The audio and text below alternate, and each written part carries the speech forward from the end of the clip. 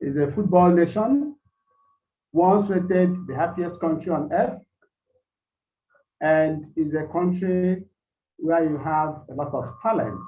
So Nigeria exports human capital as well as petroleum, which is the major source of foreign exchange. And so we see in the African country, Nigeria is the highest economy with GDP, gross domestic product, of 422.98 billion dollars in 2020, and then the next far distance, which is Egypt, and then South Africa, and so on and so forth. So this is an image of Boko Haram activists, and we have brought this for people who probably from other parts of the world who may not know how this group is or the way they appear. They are armed Islamic militant group, and they abhor Western education, which is their main charge. They fight to control the particularly northeast part of the country. They abduct, they rape, and kill even school children. And therefore, they deposit in people fear, anxiety, and refusal to go to school. Most parents in the north, particularly northeast, now don't want their children to go to school for fear of abduction or other violations. And because of this, the northern part of the country has recorded high school dropouts. Unfortunately, government military action to control this insurgency is currently insufficient. Now, like I said, there are tripled out of school children, especially in the northeast. They symbolize terror, and the impact of the activities has remained devastating. And over 10 years, they have been battling the government of Nigeria. And there has been report of collaborators within government and security forces. And this collaboration with Boko Haram insurgents has made it difficult for government to control the insurgency. And so it has lasted, taking resources from the people and causing mayhem and unimaginable trauma. Many youths from the northeast, the battleground, have left and moved downwards to the south. And in the southern part of the country, some of these people, youths who moved, probably some of them cannot speak English language, and they therefore become some form of social miscreants, and some of them have been found to be involved in criminal activities, perhaps for one reason or the other. And so within the local communities where they come down, the community leaders express fear and worry about them, and we want them to be sent back to their country, to their locations. And so this usually sparks some form of ethnic misunderstanding and tension in the country. And so recently, we must have had about 300 students who were kidnapped, secondary school students in their schools, and some of them with their staff. Just to show part of what this organization is doing to the psyche of Nigerians. And so the acronym NSAS stands for a movement of courageous, organized, and many police traumatized Nigerians that publicly and massively demonstrated against the now dissolved Special Anti-Robbery Squad of the Nigerian Police Force. And part of the demands of these answers was also, surprisingly, to increase or improve conditions of service of the police force. The very police force, the arm of which SARS, that was involved in extrajudicial killings and many inhuman treatments, human rights violations. And the Nigerian public protested, and one of their demands was to improve the services of this police force. So that shows you also how the Nigerian thinks. He thinks in a very large way. And so the protest became very popular. About 28 million tweets during the hashtag was recorded on Twitter alone. You can see some of the pictures. And so the movement was believed to have started in 2017. However, on October 3rd, there was a viral video clip which showed a young man, unarmed male, who was killed by SARS personnel. And this sparked the demonstration, which became very active from 8th of October. And the media, the new media, social media, was very instrumental in information sharing during this protest. Now, these protesters, they were in different state capitals, in different communities. And so they were attacked on 20th. There were attacks on these protesters in Abuja, which was suspected to be state-sponsored. And the climax was the shooting of these protesters at the Lekki toll gate on 20th of October. According to a report, these claimed protesters were reportedly carrying Nigerian flag and singing the national anthem. This shooting in Lekki turned the peaceful demonstration into a violent one, which led to loss of life and property. And then we'll look at some of the NSAS protests, some of the immediate background. What are the factors that may have prompted this? Of course, the extrajudicial killing by the police harassment and brutality. We have a report of a study that showed in this country that the more people experienced the police, the more they detested them. Now, of course, insecurity, there was alleged impunity and complexity, especially among the state actors. And then the high rate of drug abuse. In a recent study by UNODC, 14.3% prevalence was found among the active workforce in the country, I think 15 years to 65 or so. And this was quite high compared to what was found in other countries, about 6.something%.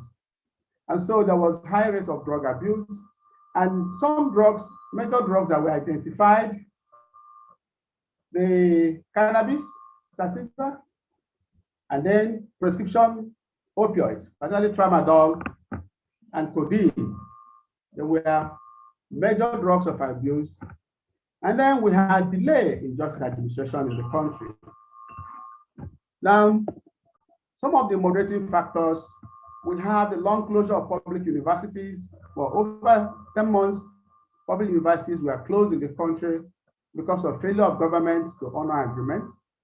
There was COVID-19 pandemic restrictions, lockdown, and socio-economic and social difficulties. There was rise of ethnic nationalities and mirror image of one another. Like I said, some parts of the country felt that they were not being carried along by the government. And so, for example, the Southeast, there is this feeling that the federal government is not involving the Southeast in security arrangements, that all the security organizations in the country, that none of them is headed by anybody from the Southeast. And so there is a feeling of alienation, and this increases, a feeling of loose center, whereby the cohesion, the special cohesion in the country is breaking down, and some form of hopelessness is developing in the citizens, increasing their trauma. Of course, youth unemployment and underemployment, about 34.9%. And then there is also the perceived disapprobation of COVID-19 palliatives by government actors. During the demonstration, there were many warehouses that protesters identified, and they found some of the palliatives stocked in those houses, what were meant to be shared to the poor and downtrodden were packed. And so it also infuriated the situation. And there was frustration in the citizens because of lingering insurgency, kidnapping, and banditry. Of course, headers brutality and rising food prices. Recent survey shows 20.57% inflation rate in terms of food prices. Now, there is also the background behind corruption, injustice and oppression of the poor, increasing murder, insecurity, and unsafe highways.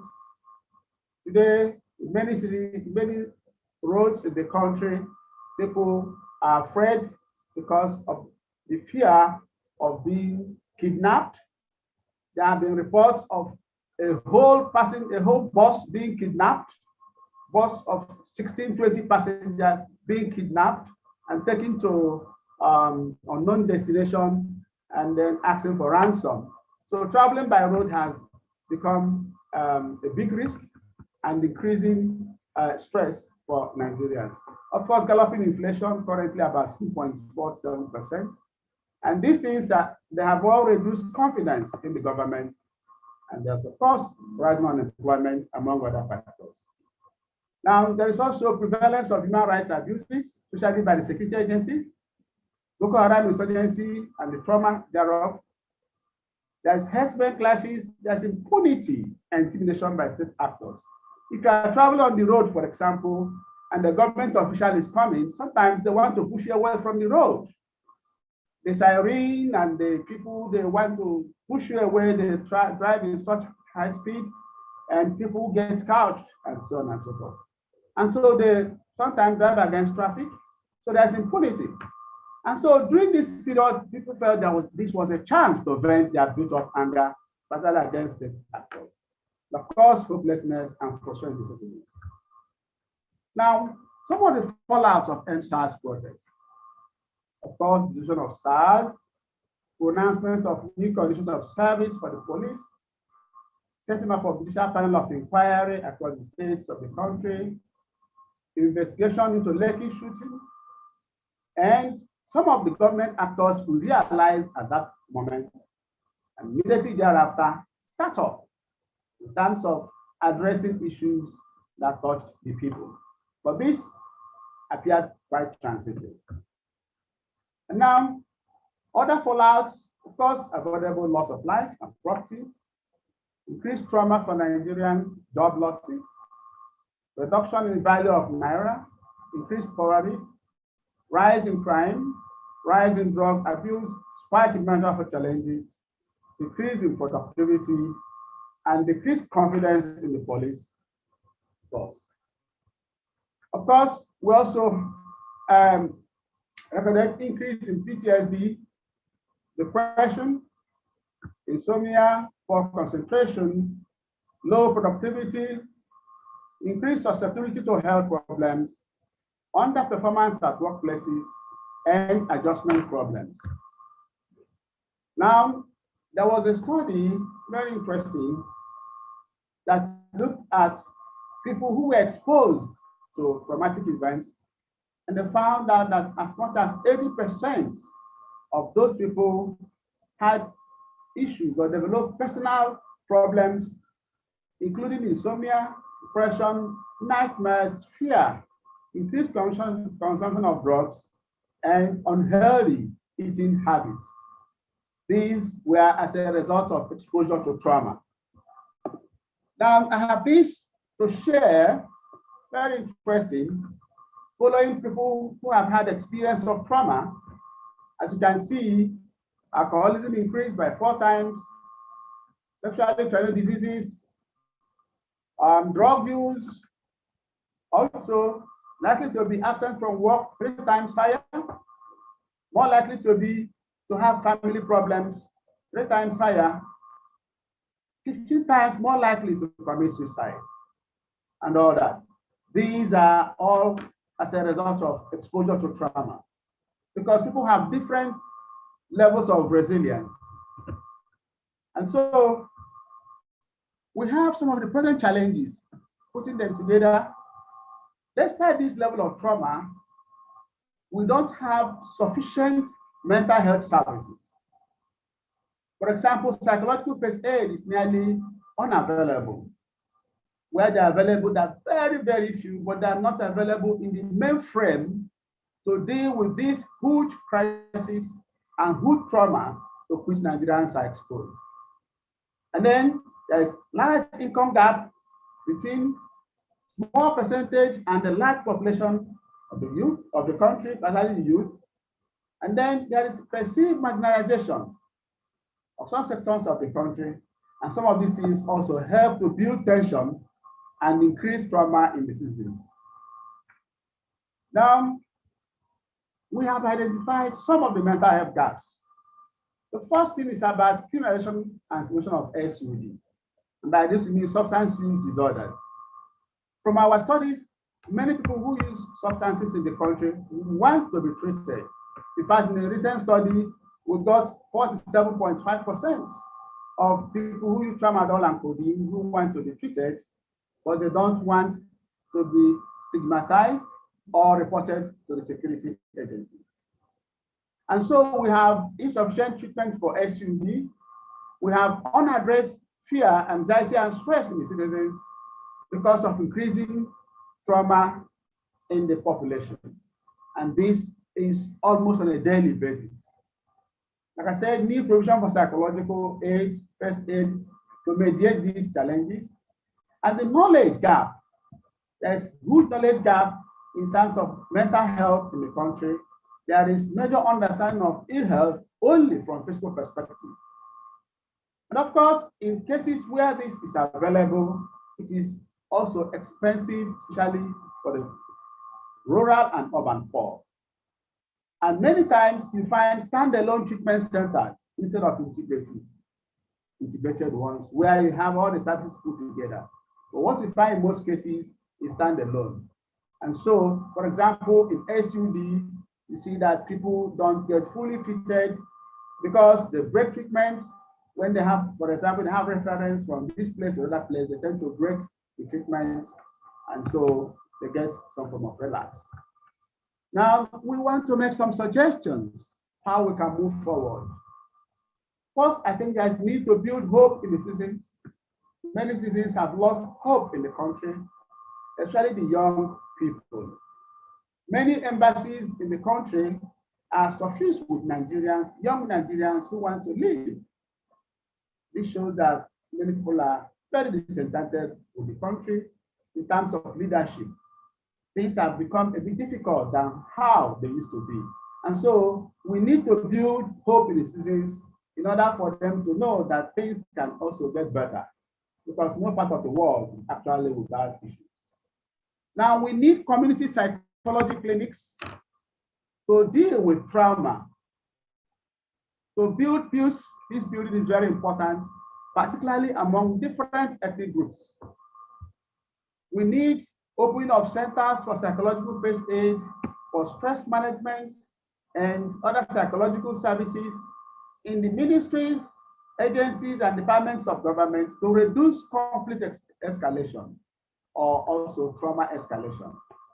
We also need free treatment for persons and families with substance use disorders. Like I said, in one study by UNODC, 40% of high-risk SUD individuals in Nigeria wanted help for drug use, but could not get it.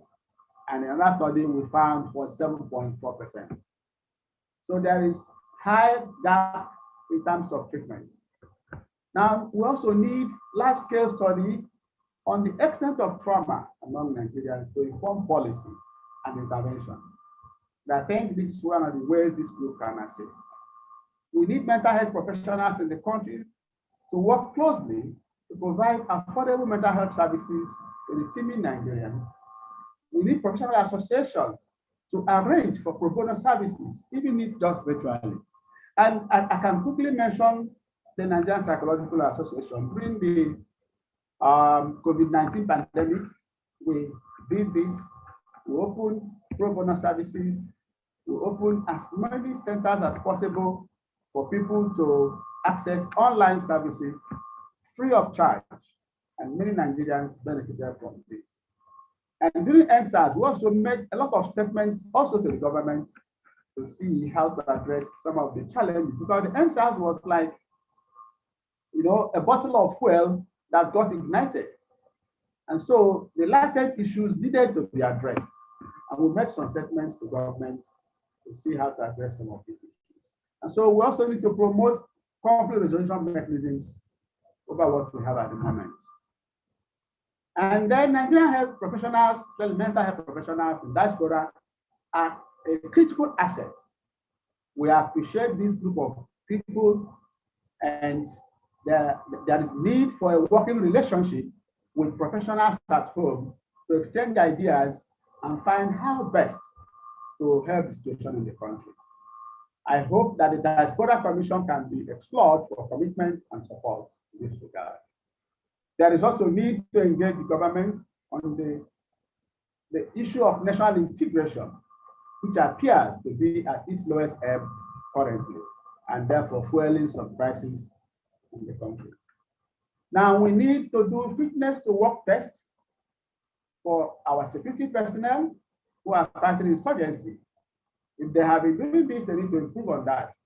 And this can help to know people who have dual loyalty or conflicting loyalty. The armed forces also need motivation, but must not tolerate poor performance. There is need for regular reporting of security personnel to reduce corruption and complacency. Funding sources of insurgency need to be investigated and blocked.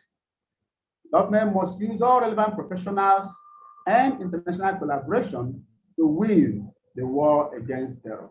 I want to thank you very much for this opportunity you have created, and promise you that we will do our best to support you as time goes ahead. Thank you very much. Thank you, Dr. Ezenwe. That was a wonderful talk, and you really nicely laid out sort of the context of our panel today. And it's always nice to sort of start with the history to know where we're trying to get to.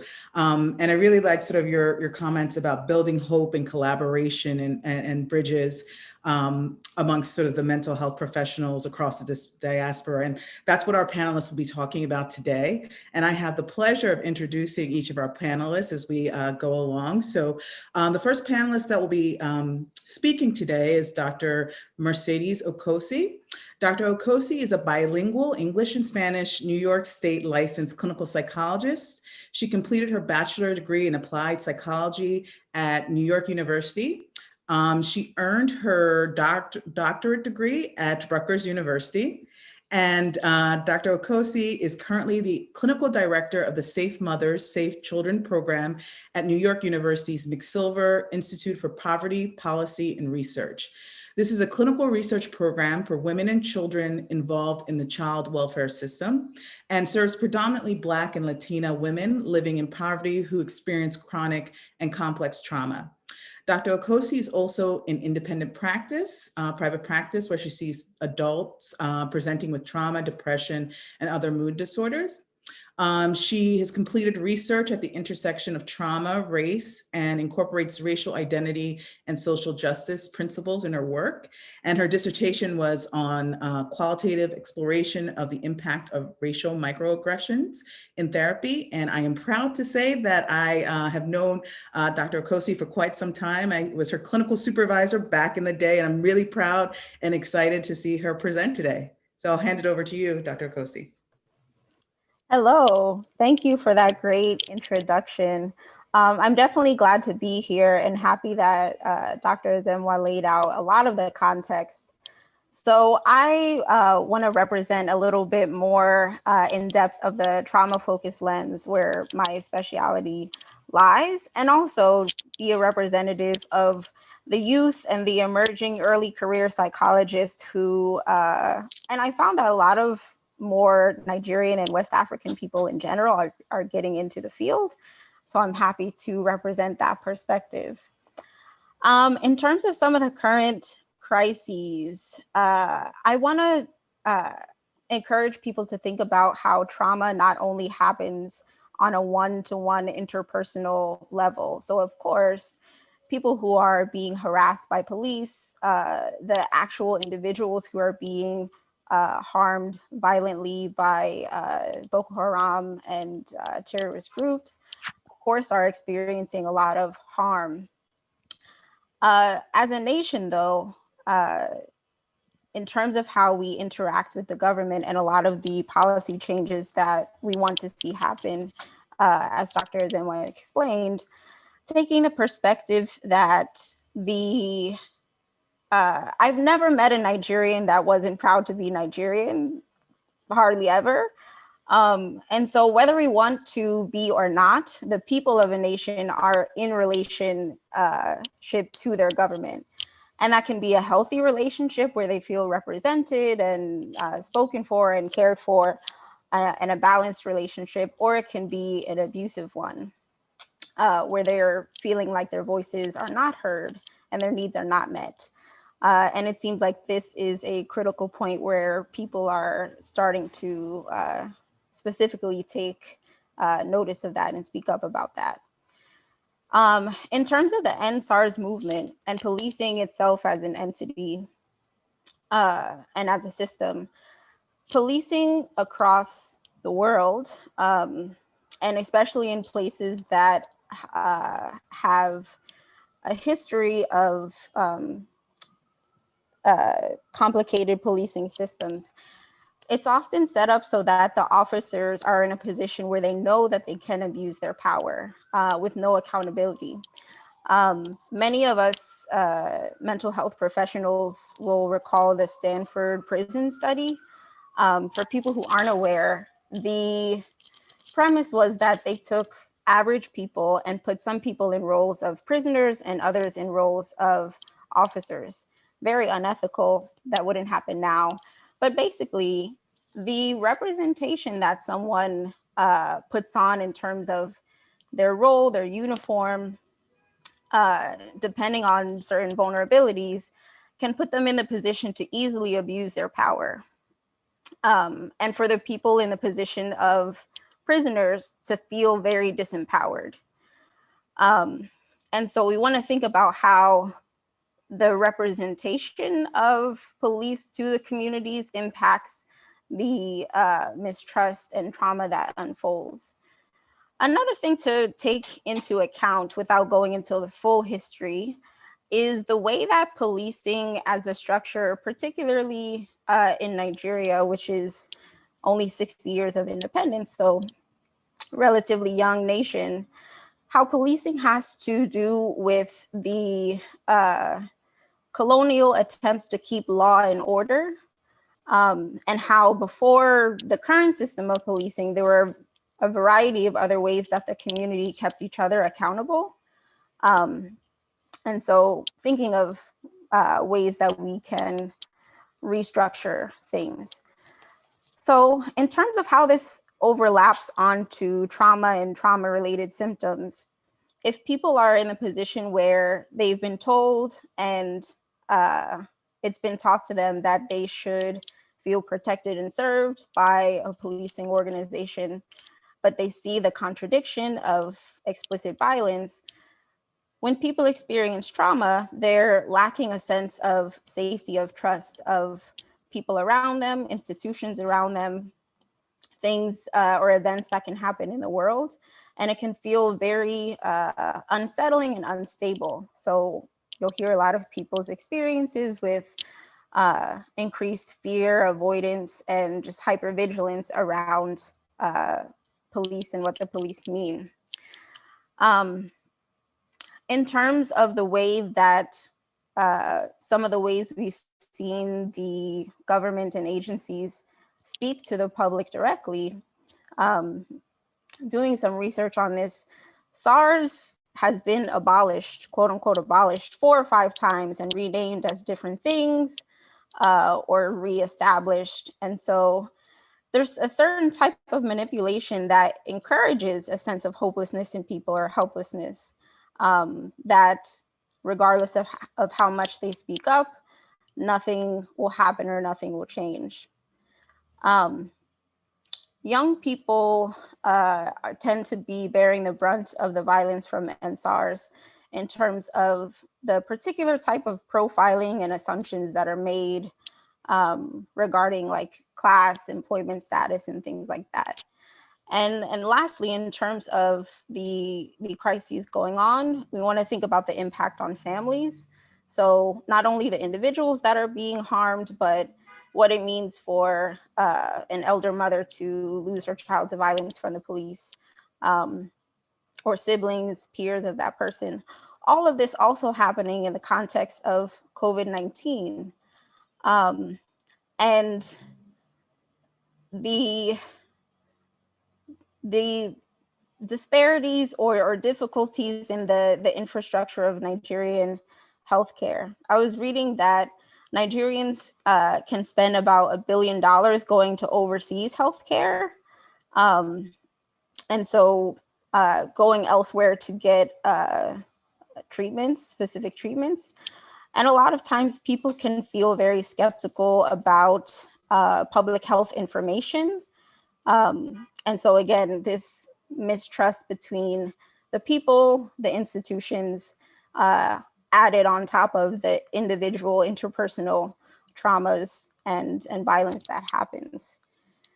To say a little bit about mental health in Nigeria, I think it's important to, whether it's trauma, depression, anxiety, substance use disorders, for people to understand that mental health care is healthcare. The same way that poor physical health can limit functioning, poor mental health is also a basic foundation of our experiences with ourselves and communities, and poor mental health can limit functioning. Sadly though, there are a couple numbers I want to just share.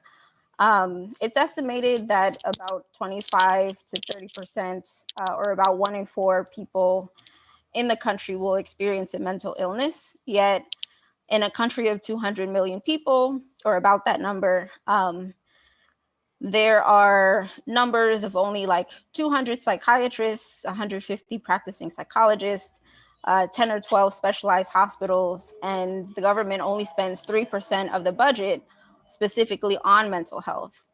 A lot of mental health professionals who are trained end up leaving the country for other opportunities. And so encouraging people who are within the diaspora to continue to think about home and what we can do to contribute. There's also the problem of stigma. A lot of times psychiatry and psychology will be stigmatized as a profession. Like your parents will tell you, oh, what about medical doctor, lawyer, engineer? But hopefully more people will see this perspective and see the value in mental health professionals. It can also be the case that Nigerians who are immigrants in other countries will face barriers to accessing mental health care because of the stigma, or because of the lack of being able to find someone who looks like them and can relate to them. Interestingly, in my private practice and across my experience, recently more than ever, I've had people look for me specifically because they want a West African person who is a trauma specialist. And we'll talk about some of their personal traumas and also the intergenerational things that happen or are carried down from older generations. Generally, people will come to mental health services after everything else has not worked. So, for example, they've gone to church or mosque or wherever they worship, they've talked to friends and family, and potentially been stigmatized by friends and family. So when they show up to a mental health professional, it's sometimes already at a place where the whatever condition they have is more severe, and there could have been some preventative work or support before it got to that point. So reducing some of that stigma and also increasing access can do a lot in terms of prevention. And reducing some of the criminalization of mental health and spreading awareness. In terms of how do we keep these movements going, I was really proud and excited to see the impact of social media, how people share their narratives across, like, globally, of common experiences. Sometimes the social media timeline can be disappointing, like there's a trend, then no one's talking about it anymore. So definitely continuing the conversation, knowing that everyone can have a part in the movement. Some people are there at the toll gate, on the street, on the front line, but professionals can also be of help, supporting the people who are impacted by these things and need mental health resources. And also, lastly, I'll just say to not forget history. This is not the first social justice or movement that Nigerians have led. A lot of times you'll hear like, oh, we're not like our parents or whatever, but there's always been, at different points in time, movements. I think it's great that we're seeing it now more urgently and actively because of social media. And I think our next steps are just continuing this conversation and doing some of the concrete steps to get the governmental reform in terms of policy and resources that we need, and having some of our young people emerge as leaders in that. So yeah, those are my comments, and thank you for having me again. Thank you, Dr. Okosi. Let me introduce our next speaker. Our next speaker will be Dr. Rola Tomari, who is a licensed clinical psychologist with over 16 years of experience in community and hospital settings with specialized training in domestic violence or forensic psychology. As a domestic violence advocate, Dr. Rola has provided trauma recovery and advocacy services to families impacted by violence for many years. Dr. Rola is an inspirational speaker who has presented at conferences and featured on radio shows in US, Antigua, and Nigeria. Dr. Rola is committed to taking the mystery out of psychology, that's great, and sharing practical principles to help people transcend life's challenges. In 2017, she launched her YouTube channel, Balancing Life with Dr. Rola, where she talks about a range of emotional health issues. Dr. Rola's greatest joy is being the mother of her two daughters, Deborah and Rayo, both graduates of Yale University. Deborah works as a resident physician and Rayo as clinical research assistant. Dr. Rola's social media handle is Ask Dr. Rola on Facebook, Instagram, and Twitter. Her YouTube channel is Balancing Life with Dr. Rola. Thank you, Dr. Rola, for joining us. Turn it over to you. I'm going to mute. Can you hear me now? Awesome, awesome. It is such a privilege to be with all of you. I didn't know there were so many Nigerian professionals, and it was such a joy to be invited to be part of this, and also very sobering as well. I was 5 years old when my parents took me to Nigeria from the United Kingdom. And at a very young age, I remember when Murtala Muhammad was assassinated. And I knew where I was. My parents had to come get us in school because there were killings all over Lagos. And I remember like yesterday when Dimka was killed by gunfire for setting off that coup. So to sit down as a little child and hear the news booming, we have taken over the Republic of Nigeria. Very, very moving, very moving. And as I've thought about this topic some more, I don't know that we'll ever be able to get a full understanding of the extent of the structural trauma that we suffered as Nigerians. And I don't mean that we're all sick or we're incapable. We all need to be on medication.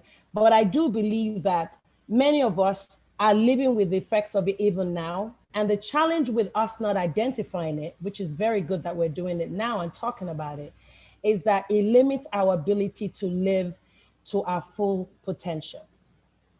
One of the things that always comes to mind when I'm talking about mental health is to really talk about the definition of what mental health is. Like the World Health Organization says that mental health is a state of well-being in which an individual realizes his or her own abilities, can cope with normal stresses of life, and can work productively and I think I took something out there, but able to succeed. So when I think about mental health, I'm encouraging us to look at it from a holistic standpoint. So now we have the issue when I, being very young, and when the military governor was assassinated. And then those who grew up with the Biafra War, where there was this intense religious conflict, which continued to most of my time in Nigeria, because I went to university in Nigeria, University of Ife, and I did a degree in sociology. So I spent 15 formative years in Nigeria.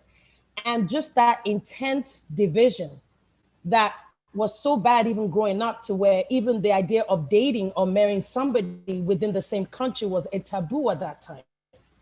And obviously we worked through some of those issues, but we do know that the research says that there's intergenerational historical trauma that we face when we have these multiple traumatic events that we are facing without intervention and support as to how to handle it.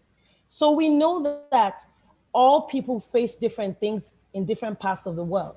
But in my experience of working with inmates in the prison system, in both in California and Georgia, I've noticed that many of them have this very concrete, limited perspective on life that seems to is pervasive in terms of how they see life. They look at life through those lenses. They have an exaggerated sense of need to protect. So somebody's from North Oakland and another person is somebody from Oakland and somebody from LA. And they want to harm themselves because of that geographical distance. Is it within the same state of California? That is the effect of what trauma will do to a person. Their sense of what life is not safe. So I got to protect myself.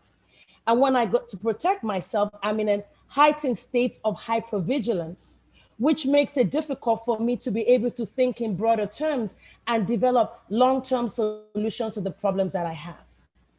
If I'm feeling unsafe, I'm not able to solve problems in a way that is productive and healthy. And so my challenge to us as Americans, as Nigerians, both here and in diaspora, is being aware of our history and what that has done to us, as well as being aware of our strengths. We can't forget that. It's critical for our healing. And we have to find healing, because if we don't, what I'm finding, like Dr. Okosi says, is I'm getting phone calls from pastors. When I first got my degree as a psychologist, people are like, why are you doing psychology? What about nursing? People were just laughing at me like, are you sure you're a Christian? Because that meant I was like serving the devil. So when I went to school, I just thought I was going to be in a small private practice and be done. The reason I started the YouTube channel and everything else is people started calling, having nervous breakdowns in church. The abuse numbers is astronomical, very limited ability to solve issues, serious stress management issues. And these are people who are highly educated, people who have the degrees, because we're living with the effect of the trauma. Now, does that mean we have a hopeless situation? Absolutely not. So just having this panel, to me, is the beginning of, for me, hope that we can do this. My idea is, if I can work with behind bars with inmates sometimes who have life sentences and believe that we can keep them safe, some of them 20-year sentences, some of them had a victimless crime at the age of 17 and now have a life sentence, then we can work with what we have in the Nigerian community to build hope. But we cannot be in denial anymore as to the severity of the trauma that we have faced on a structural level, intergenerationally. Our social relationships tend to be disengaged, because when you're thinking of protecting yourself, you can't think about the greater good. You can't think about your neighbor. You're thinking, I gotta be safe. You can't think about building for the community, building for 10 generations to come. So even when you see our leadership and the way we handle problems, it comes from a mindset of limitedness and a mindset of scarcity. What does that do? We become ruthless.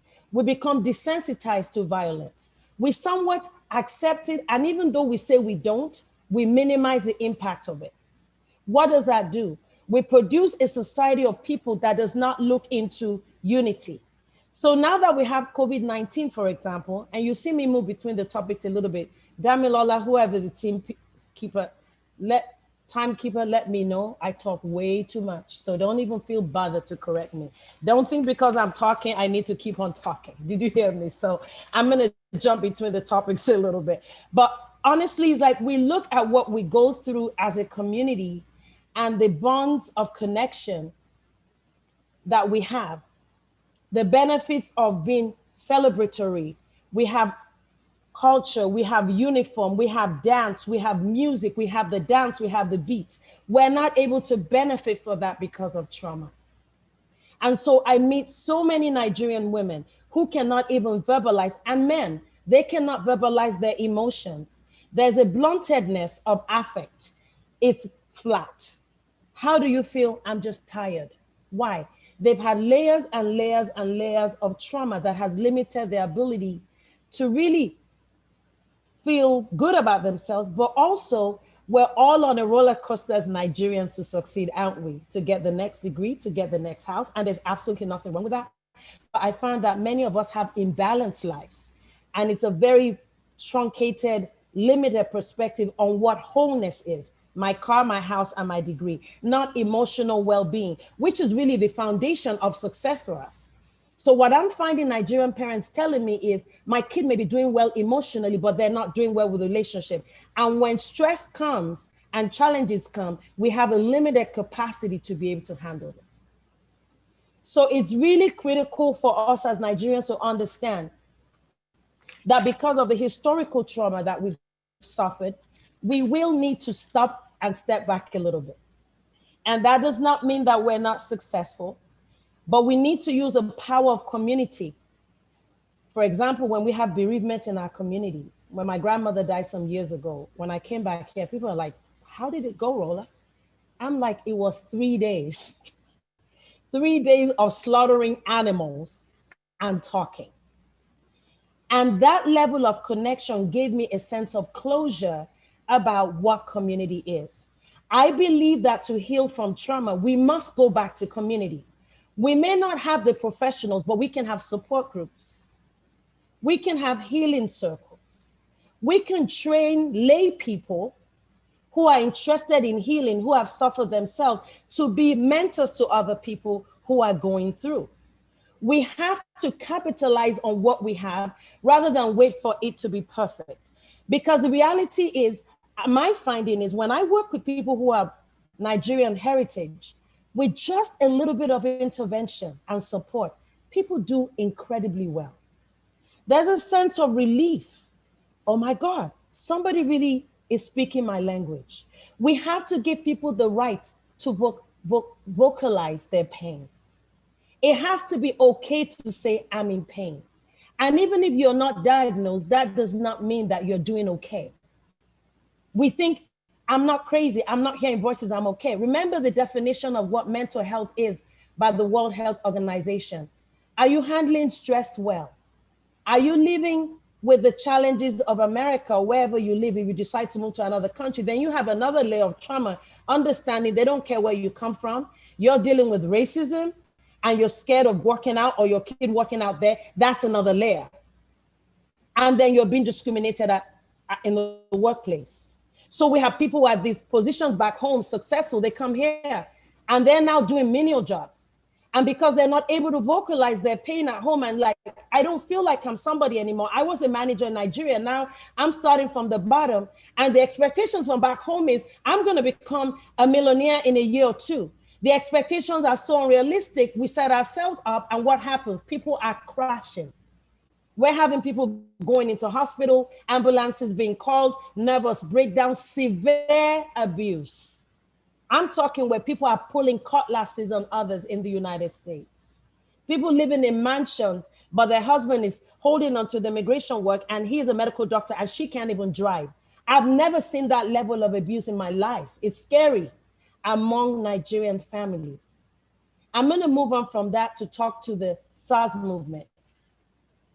What a wonderful opportunity to see young people come out. And only young people can do that. I don't want you to add up my age, but my first daughter is 27 and my younger one is 22. So there's some energy that young people have that I simply don't have. But the truth is we need them to bring about change. What we cannot do though is leave them alone to do it on their own. And this is why. The frontal lobe of a person continues to develop to the age of 25. The frontal lobe is critical in problem solving, in executive functioning. When you're a young person and you're fighting about a cause, more likely you're expecting speedy solutions. But the truth is that the wheels of justice, they move slowly. So that as they come in with this passion and they're fighting and they're bringing awareness to issues we all know about and bringing what they have, the voice, the energy, we must support them and we must all be part of the process. My suggestion is that every movement should have mental health consultants, even if it's free, where we're encouraging those who are protesting to do mental health check-ins with each other. After you're done protesting and you're on this high, you're going to come back home and feel alone. You're going to see the government move and you're going to go, why did I even go out? That can increase hopelessness. That can increase suicidality. It can increase rage and acting out towards others or doing it inward in terms of suicide and behaviors that are self-injurious. So we have to encourage mental health check-ins. We have to say, how are you doing? And we also have to make them to see the big picture, but also see that their personal well-being is important as well. Is it time to take a break, a little bit of a break? Can we get somebody else to do what you're doing? Can we help you to develop a personal goal or a personal dream that you have that can help you to feel that even if the wheels of justice is moving slowly, you still have a contribution to give to the world? Very important. I'm not against social media. I think it's wonderful, but also spending a lot of time on social media can also increase depression. So we need to find ways to highlight issues on social media, but also be on the ground to help. For the first time in my life, I joined the NAACP volunteer group this last time, and I called 20 voters, check in with them. I went on the training. Have you voted? Have you turned in your absentee ballot? That's something I could do at home on the phone. All of us getting together and supporting them is important. Being aware that many of them are going to have PTSD or trauma-like symptoms. And we have to understand that PTSD is not just the people who are directly involved, even those of us who are watching them. Vicariously, we're also experiencing trauma. And aspects of our own personal trauma is also being triggered by what we're watching. So people are watching the NSAS and the rape they've gone through, the abuse they went through at home, everything is being activated. So what does that mean? We need to look at community healing. If we suffer traumatic trauma, then we must work towards healing. And destigmatizing mental health is talking about it in a way where all of us are traumatized in one way or the other. In our community, what we have now is you're not as resilient, that's why you're impaired. What about saying all of us are limited in one way or the other? The reason you may not be impaired now is you haven't had a bad enough life-changing situation. If you do, you might fall over yourself. Walking on the edge emotionally and psychologically is dangerous. And that's what I'm finding in the churches. Even some of the way we show faith, the excessive praying. I'm not against prayer. I've been involved in church in a very deep level from the age of 16, and I believe in the Christian faith on a personal level deeply. But I find that I see trauma in the way people worship. I see trauma in the way they even perceive the devil, thinking their neighbor or their family member wants to kill them because of that sense of lack of safety in how the world is. Everybody around you becomes your enemy. We need to help each other. We need to support each other. I live in the United States and I've lived in the West more than anywhere else than Nigeria, but I feel connected to the Nigerian community more than ever before because we have something. But if we don't heal, we can't maximize that. We can't take advantage of that. So, and I think the very last thing was where are we now? I'm going to be very quick. I think we've made tremendous progress. When I started psychology, I was like serving the devil, right? Even in my classroom, people are like, Why are you even here, Rola? I said, because I don't see that psychology is incompatible with faith. I feel like the scripture says, without faith, faith without works is dead. I feel like psychology is part of the tools that you can use to actually live out your faith in a way, if that's what you believe in a very productive way. So now churches are inviting me to speak. I did a conference with some men in my church the other day, and they're like, can you not put any Bible verse in there? I'm like, why? They said, we've done hearing about the Bible. Tell us something we can use. I was in shock. They're like, sis, it doesn't mean we don't believe, but we've heard the scripture, we want to apply it. That is progress. There are foundations all over the continent of Africa against rape. We didn't talk about these things. Now we're talking about it. Now, where are we now? Where we are now is we're no more, we're still in denial. We're still in minimization. We still think those who are impaired are limited and those who are not are stronger, as opposed to we're all in this together. And the fact that you haven't shown the signs yet, maybe because you haven't faced something yet. That sense of togetherness and not stigmatizing and everybody feeling like we're all in this together minimizes the stigma. Now, where are we to go? Where we're to go is, let's use this passion to be excellent and leaders in science, in technology. I don't understand how 1 million people can show up for one service, only in Nigeria. What are we doing with those things? Where are the stakeholders? Every church should have a sexual prevention program. There should be awareness about sexual. We should be teaching people about grooming techniques of a sexual predator. We should let people know that the fact that you're a pastor does not mean you're not a sexual predator. We have to be real. The silence is killing us. And the more we talk about it, the more we empower not just those who are hurt, but we're protecting all of us and the children and the generations to come. I don't know how many minutes I spent, guys. I'm sorry, but I'm done. That's okay. Preach, Dr. Rula. Thank you.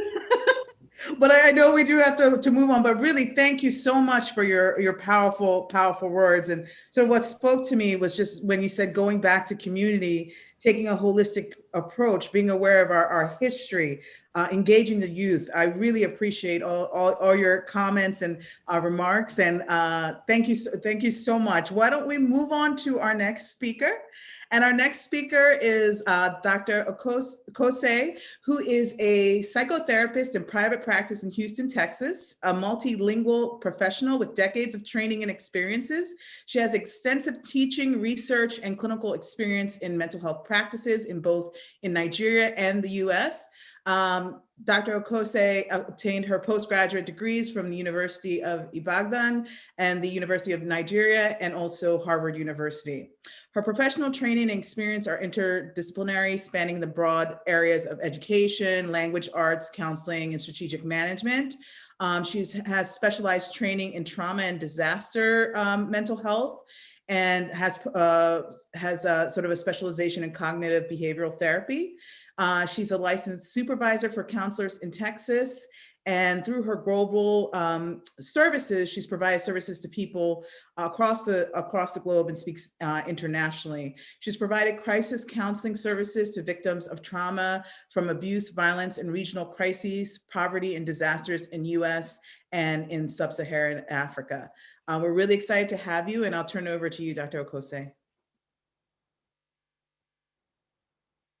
Thank you very much. I'm still awed by all the presentations before me. I mean, it's so detailed, so different, and it touches everything. The keynote speaker was just awesome, provided us with so many facts and details, which I was looking for where to find them, but he brought them in. Thank you. Dr. Okose, my namesake with a different spelling. Thank you for inviting me to this. I'm always excited to share my knowledge. It's a privilege to be part of this thing. When Dr. Rola was talking, I said, I was probably in Ibadan when she was in Ife. I could make the connection. But I could also see the trauma we went through as students, the riots, the things that we overcame before we even stepped into the United States. So trauma has been there. and is there, and we experience it day by day, minute by minute.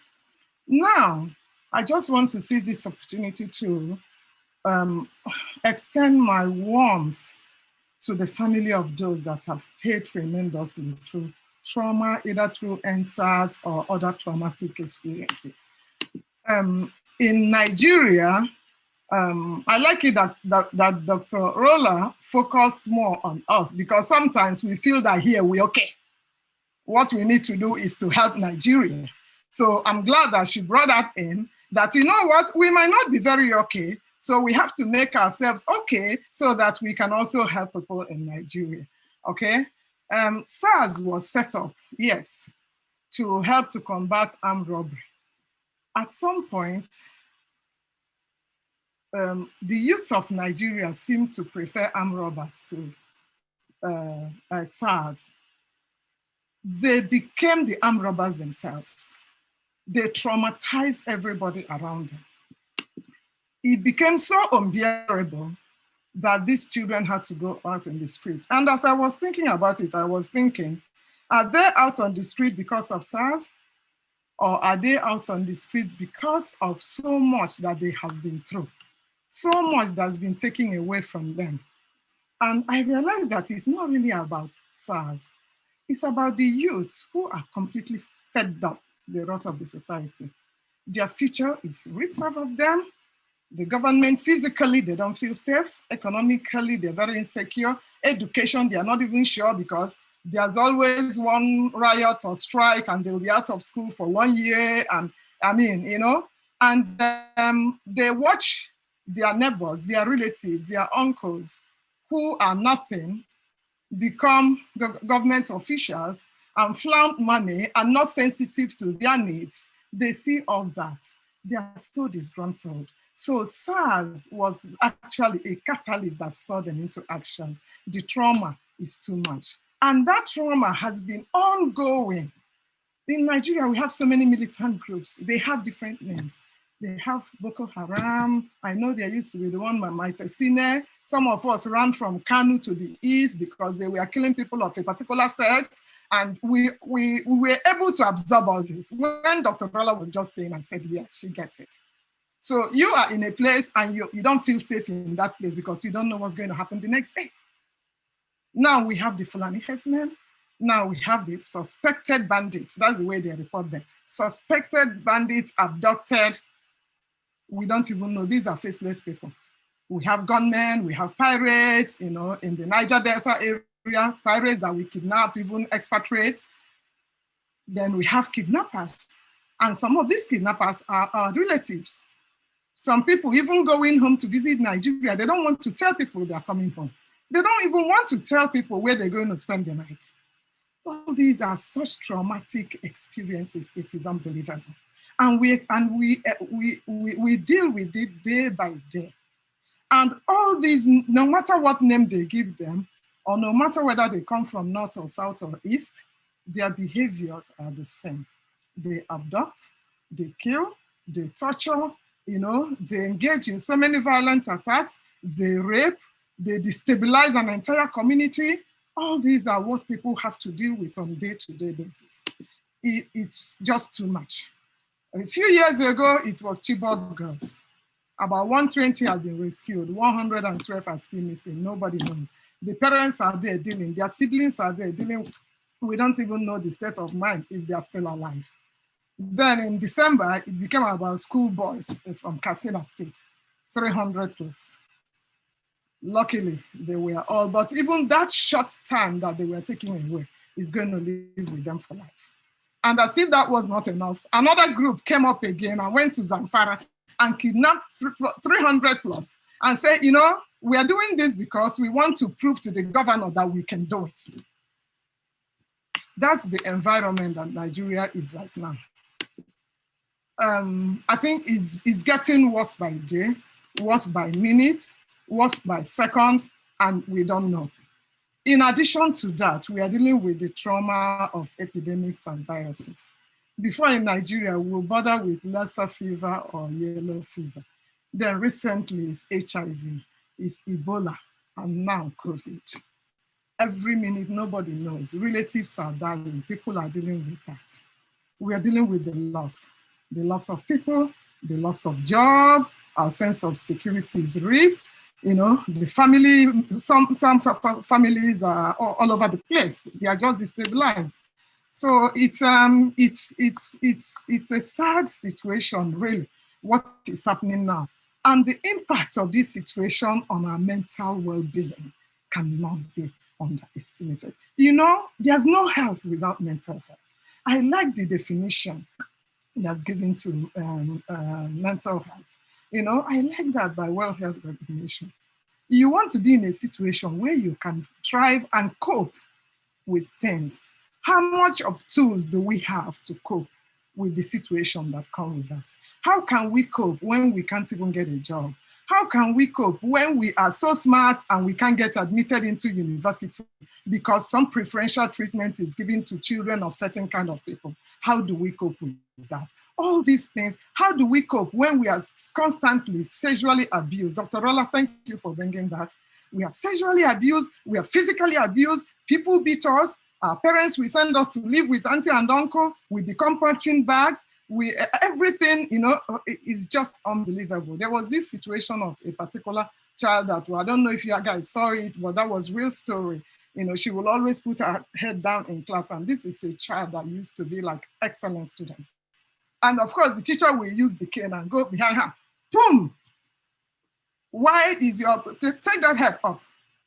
Okay, now this child will be crying. Her grades dropped. One day, this particular teacher was just passing by the class, school was over, and then saw her with her head down, sleeping very, very soundly. The teacher now went and tapped her on the back, and she just got up and said, and looked at the teacher and was so scared. The teacher said, no, don't be scared. I want to know what is happening. She just looked at the teacher and burst out crying. She said she didn't want to go home. Apparently at home, a cousin staying with them has been raping her forever. And she's so scared to tell anybody. She can tell her mom because they won't believe her. According to, and you know how it is, we want to protect other people. So she was in this situation, so the teacher took it up, and then so many things followed. Now, I'm going to switch it. I'm going to look at mental health, where we are now, before I go to what we do. And I want to share my screen right now, if I'll be allowed to do that. Okay.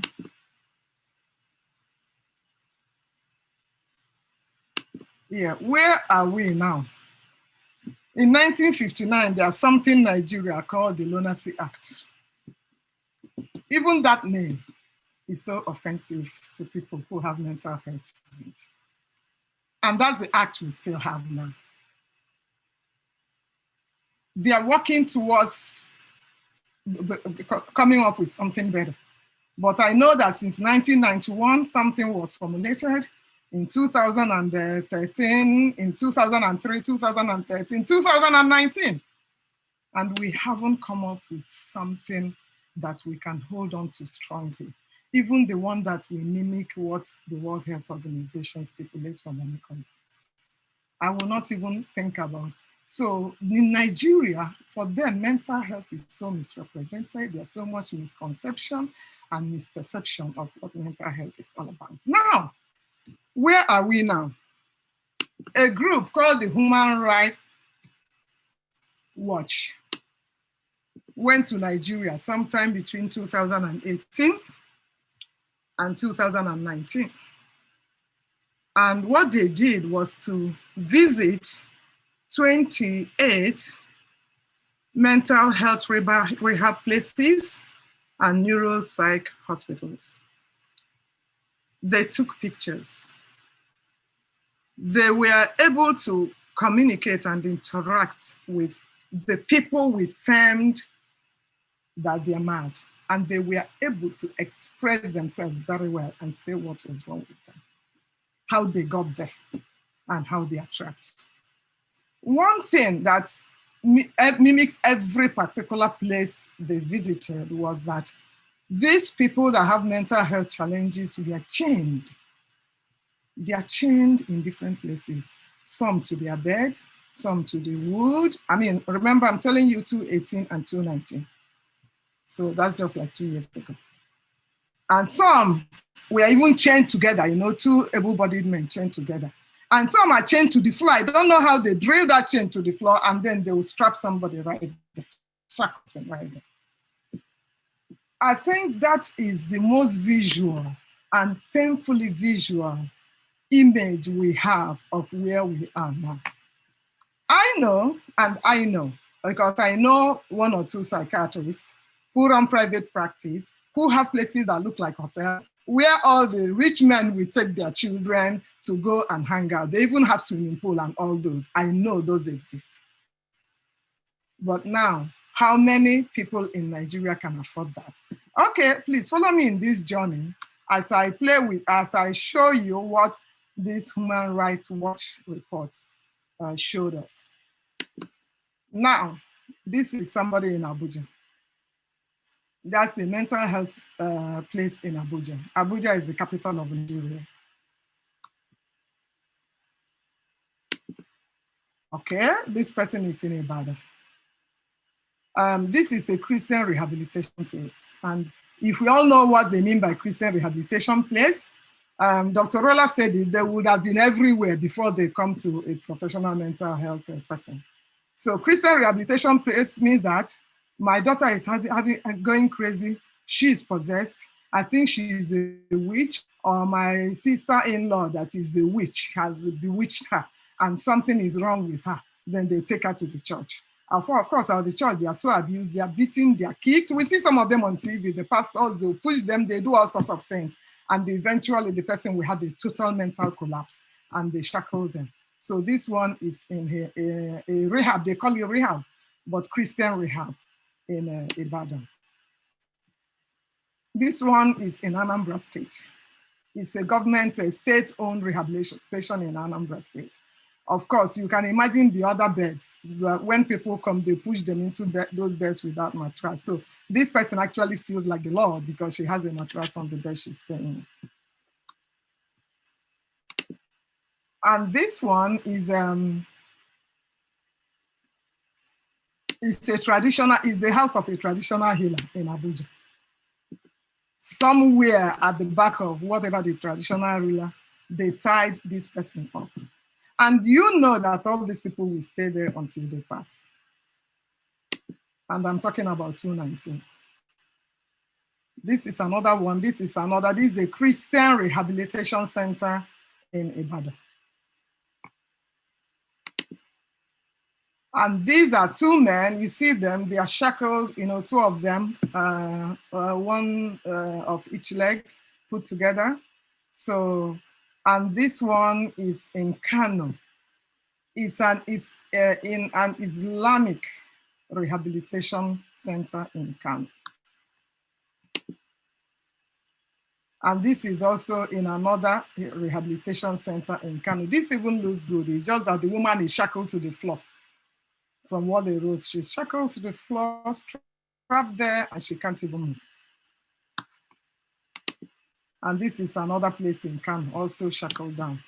Anyway, so now, this is what we are dealing with in 2000, and last year was COVID, so I bet government has not done anything.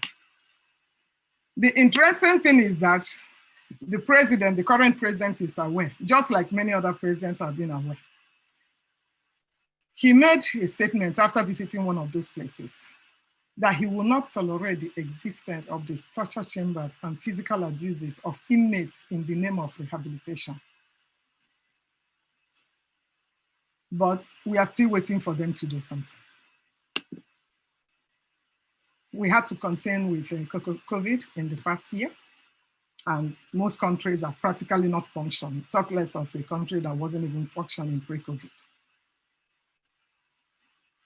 It's a painful experience to really watch our people go through this. The Human Rights Watch made recommendations, and many of the recommendations they made here are things you guys have talked about, many of you have talked about. We have to engage in community development.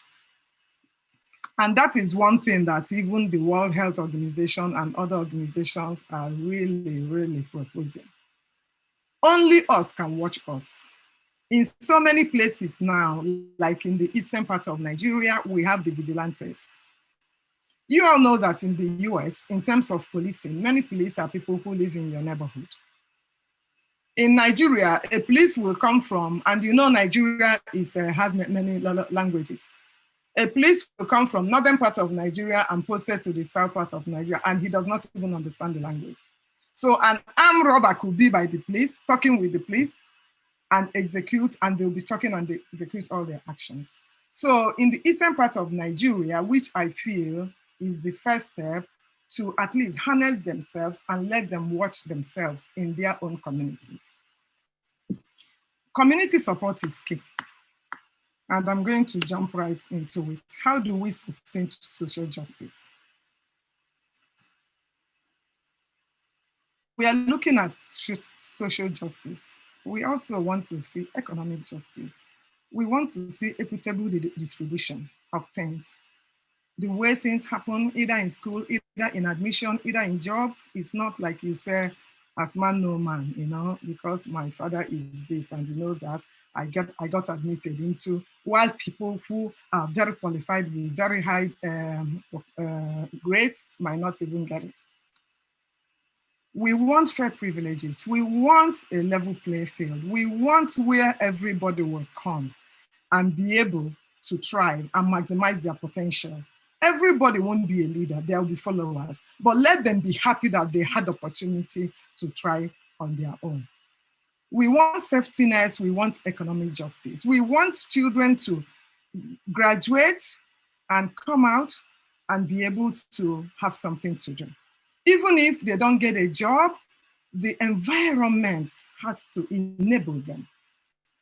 If they want to do something like, I don't know, maybe typing or sewing, they might need something as simple as power. They need that. So we want to sustain this movement. We want education to be justice in terms of education. We want access to health. Yes, they spend billions coming overseas to take care of their health condition. And I like it. Only 3.3% of money allocated to health goes to mental health. And there's no health without mental health. Nobody can thrive without mental health. It's just as simple as that. So to me, that is even more important. They are all very important anyway, please. But if your mind is not wired correctly, if I may use the American language, there is no way you can be the best teacher. There's no way you can be the best engineer. There's no way you can be the best wife. In fact, somebody talked about relationship. There's no way you can even be the best husband. Yes, we know of those cases where people take knife and machete their spouses. Yes, we just had one happen in Houston. I happen to live in Houston. He killed his wife and killed himself and shot one of his children. But it's not Nigeria, but it's from somewhere in West Africa. But we've had such cases. And why? Because we are not wired right. And why this person lives in church. And why the church community came out and we are talking about how fantastic he was, because mental health was not handled until he tripped. So we have to make sure that we get to that point where we sit back and take care of ourselves. If we are healthy, then we can nurture a healthy environment around us.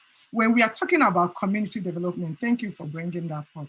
United Nations said that, you know, is the practical of coming together by persons in community to undertake group action. Mental health calls for group action. It now calls for group action. And Dr. Okosi, Mercedes, thank you. When you started talking, you say you are the voice of the youth. Thank you for being the voice of the youth. Because when we had NSAS, some of us, as old as we were, actually went out there and joined the youth in doing NSAS here in Houston. So you could see me there. And we didn't stop there. We also moved forward and got our Congressman, Al Green, that's him here, There were many of us, but we are socially distancing to take pictures. But he took our case for answers and he took it to another level. He took it to Congress, he took it to United Nations. That's the voice we want to use. That's what we want to do. That's what we want all of us to pull together. But first of all, that Dr. Rolla said, we have to be healthy, maintain our own mental wellness. Then we are reinforced. Then we tap on the resilience we built as coming from Nigeria. We tap on the support, the community support we have as Nigerians. That is a major strength. And that is one thing, that's why we are the happiest people. We are suffering and smiling. But that doesn't mean that when we go to our bed, we don't have those moments that we cry. So we need to drive for initiatives. What do we do to help? We'll drive for initiatives, drive to go for government reform. For those of you who have voices, please use your voices, use your connections. Let's take this thing from Lunacy Act so that they know actually that majority of them, if 1 out of every 3 has mental health condition, if we go to the house, if there are 300 of them, 100 of them have mental health condition. So we have to let them know that that is actually what it is, okay? Then we also, we've talked about the community. Now, there are some people who are already driving this initiative. There's Dr. Victor Ugo. I don't know how many of you know her. He runs MANI, Mentally Aware Nigeria Initiative, MANI. Dr. Ugo is a medical doctor, but he had a mental health challenge. So after he pulled himself together, he decided to do the drive. So he's boots on ground in Nigeria.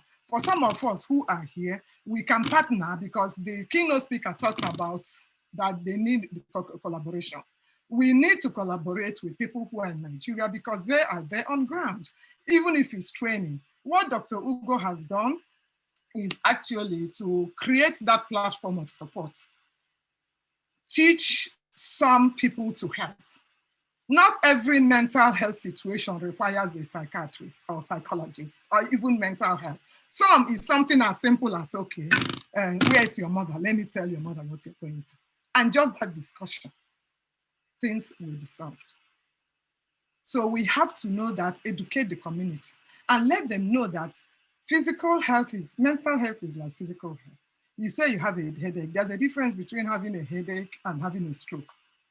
So in the same manner, we have mental health situation that is mild, not severe, and the one that is also severe. So if we don't treat it, let's catch it early. Prevention is better than cure. There's also Awa Ojefo. I don't know if you all know her, but she's a pleasant young girl who started what she said, She Writes Winner. And she's been all over the world talking about her own mental health challenge. She had the challenge too, and she decided to create a platform. Because when it started with her, nobody could understand. Her parents didn't understand. But eventually, she created a platform. What all these people are doing is to create a platform where people can come to them, call them, and they will know what to do. So we can partner with all these people. Now we have Zoom. We can even talk to people anywhere and help them. And then there's also the Nigerian mental health practitioners in the USA. So let's all jump into this and forge as one group. Their program is very robust. Some of them include training, helping to partner with people in Nigeria and see. So as many of us as can jump in, it will really be great. And I think they're even having an event in the next week. And then some of us have used some platform that we're very passionate about. Dr. Rolla talked about going to church. Yes, I go to churches. I talk to people in churches, they get themselves together. I talk to our women group, our men group, community, the youth group. I use that to let us know this is what it is. And there's my alumni association, KRC Alumni Association, we conducted a very robust mental health awareness education program sometime last year. It was, people have been saying, we said we're going to do it once a year, but there's been like a repeat, please, it's going to be serious, quite all right, but please, when are you scheduling another one and what will be the topic? People are eager to know, people are eager to learn. That's the best we can do. Please, there is no health without mental health. Thank you for giving me this platform. Thank you for giving me the opportunity to reach out. Thank you, Dr. Okosi. I really appreciate your human rights perspective. That's often left out in mental health, even, you know, across the world. But sort of your focus on human rights and really looking at issues from a human rights perspective is just such a powerful and needed piece in psychology and mental health in general. Thank you so much for your powerful words. I am going to introduce the next speaker. We have Ms. Somari Fubara is a certified clinical adolescent and trauma professional, a certified integrative medicine provider, and a certified breath, body, and mind teacher.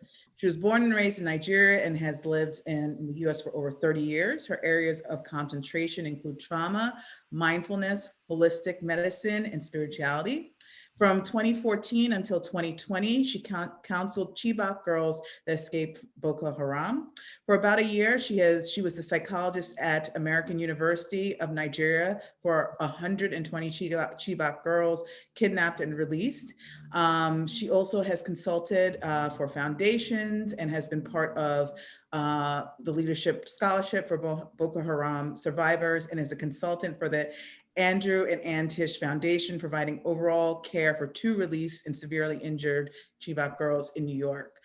She's been interviewed by CNN, the New York Times, Wall Street Journal, BBC, and other media outlets. As a trauma thriver, her life experiences have fostered her love of and dedication to healing of humanity. Through her work, she's enriching the world through love, healing, and peace. I'll turn it over to you. Good evening, everybody. Good afternoon, depending on where you are in the world. I am extremely grateful and just honored to be here with such powerful and phenomenal Nigerian practitioners and, you know, psychologists. Dr. Garber, thank you so much. You and I have known each other now 6, 7 years, and I'm grateful that we met. I'm gonna get right to it, you know, for the sake of time. One of the things that when I was asked to participate in this, and then thinking about some of the issues that we were going to address regarding specifically the current community traumas. As Dr. Garba explained, I was very privileged and recruited actually to go back to Nigeria in 2017 to work as the trauma specialist for over 120 Chibok girls escaped, released from Boko Haram. As I look at the 3 different areas, whether it's SARS, COVID-19, or Boko Haram attacks, one of the things that I think every speaker has mentioned, and I think is so important, is the intergenerational trauma that is a consistent narrative in each aspect. So when you think about the Boko Haram situation, of course, that came more to light because of the Chibok girls kidnapping. But one of the things that happened in my almost year and a half living in Yola, which I'd never lived in the North. I'm from Nigeria, I'm an Opobo woman. So it was a drastically different cultural dynamic for me. But everybody just expected me to come in and somehow just fix it.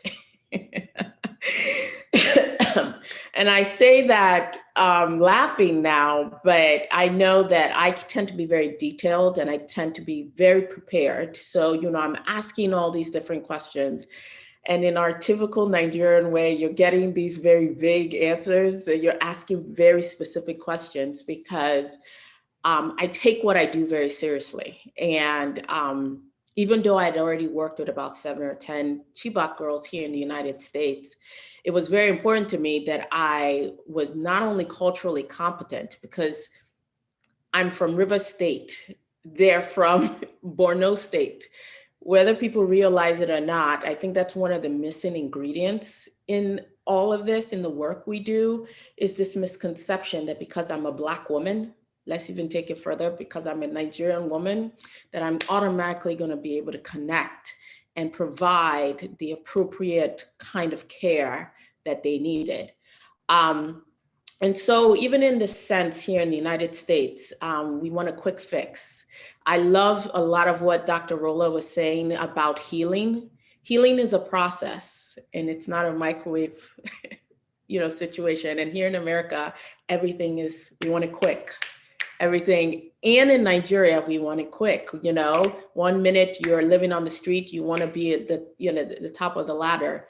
And that element of getting people to be patient with the process, so that it could be well done. And so that you don't groom people to be codependent. So, especially on us, professionals. So, even being in America now over 30 years, I would hear a lot of people that I worked with, oh, I've had a client for 20 years. I've had a client for 25 years. And I'm thinking to myself, then you are not doing what you're supposed to be doing. It was like run the other way. And so with everything I approach and just looking, I say all of this to kind of just bring some light to such heavy subject. But when we're talking about intergenerational trauma, I think Dr. Mercedes I just love that aspect. We have to go all the way back. We're going back to colonization. And, and the infrastructure that was put in years ago. Nigeria is a male-dominated society. We just, something that we have to come to terms with. There's definitely a lot of things within our cultural practices that are so, without even realizing, are traumatic for people. Whether it's, mutilation, even when we focus a lot more on the physical aspect of it, whether it's sexual violence or physical violence, and not realizing that the emotional and vulnerable violence and abuses are even sometimes worse, or it starts that way and then, moves into that element. So having said all of that, I think that there's one key thing that is consistent, whether with Boko Haram, COVID, or NSARS, is that we are dealing with a complex situation. We're dealing complex trauma, which for our viewers just means that you're dealing with like multiple traumatic events for an extended period that are both severe and pervasive. So when you think about that, it's like one of the things that was very real for me is when I had to interview, if you will, and develop the trauma narrative of 120 Chibok girls. And in doing that, it was interesting because they thought I was immediately wanted to know what happened in Sambisa, which that wasn't my focus. I wanted to know their story. I wanted to know their life story. And what ends up happening is you find out that there was pre-trauma. So everybody's so focused on the kidnapping and the captivity and just everything that happened in that 3-year span. But we totally forget that they had lives prior to that, and those lives were traumatic. So even trying to pull back those layers and get them to doing a lot of psychoeducation, not just of the young women, but of, the whole university. When I arrived there, I was doing weekly trainings for almost all the staff. And then it's shifted to monthly trainings just to educate people on what trauma is. So there wasn't this element of even trauma awareness. And as I talk about how we move forward, I'm going to explain a bit about the direction I think that is necessary. Also, when we think about trauma, we think about terror. And we think involved in terror is that element of extreme fear. And so when we think about Boko Haram, when we think about COVID, when we think about NSARS, that terror is ongoing and it's prevalent in every situation. You think about the IDP camps. I went to several IDP camps, and even though these people have now been taken from what they thought was a terrifying area and space, they were now put into another space that was equally terrifying and traumatizing. With COVID, we were all kind of blindsided. Nobody knew much in the onset. I'm here in New York. And, we were the epicenter of the pandemic for a long time, and we're in lockdown from March to June. And so there were so many unknowns, and there was just the feeling of extreme fear. You know, they're saying, well, do this, or then it was switched to do that. There were different information being spread. And even in Nigeria, as I was watching everything progress, because I have family that still lives in Nigeria, and talking to them, and a lot of the information that they were getting, or misinformation rather. And so one of the things that, even with COVID, understanding that the lack of education, and both medically and from a mental health standpoint, has contributed to a lot of what I call the toxic stress that we're seeing across all boards, whether it's with Boko Haram, whether it's with COVID, whether it's with NSARS. We are now in a constant state of toxic stress. I remember a woman coming up to me in Nigeria, you know, during the time that I was working there, and based on everything she talked to me about, I just asked her, I said, can I do, you know, a stress test on you, to see how, you know, the level of stress that you're carrying. And sometimes you don't even need to do that. High blood pressure is through the roof in Nigeria. Through the roof. You have people literally just dying because their blood pressure is just, and that's an element of toxic stress. So even when I think about all these different community crises, one of the things that keeps coming to mind is, and a lot of people mention this, is, you know, the basic needs of the people are not really being met. From an economic standpoint, we are failing drastically. It's one of the things that the Chibok mothers would always tell me, why are you so concerned about my mental health when I don't have food? Why are you so concerned about my mental health when, you know, we don't have money and I don't have a job? And, you know, Dr. Zenwa summarize all of that so beautifully. There's so many different components that people are like, you want me to focus on this, but I need this first. And so that has to do obviously from a governmental standpoint and the infrastructure standpoint. And so even when I think about all these things, I'm thinking about constantly being solution focused, because we can talk about the problem to oblivion. We know the problems in different ways, and all of us have so eloquently explained what those problems are. But now I'm like, okay, how do we get past this? And that was one of the things, even when I was in Yola, I was like, okay, I know what the problem is. What do I do? And what do I need to put in place? And that aspect of collaboration, Dr. Mercedes said it. I was reaching for psychologists. I was like, okay, I need help.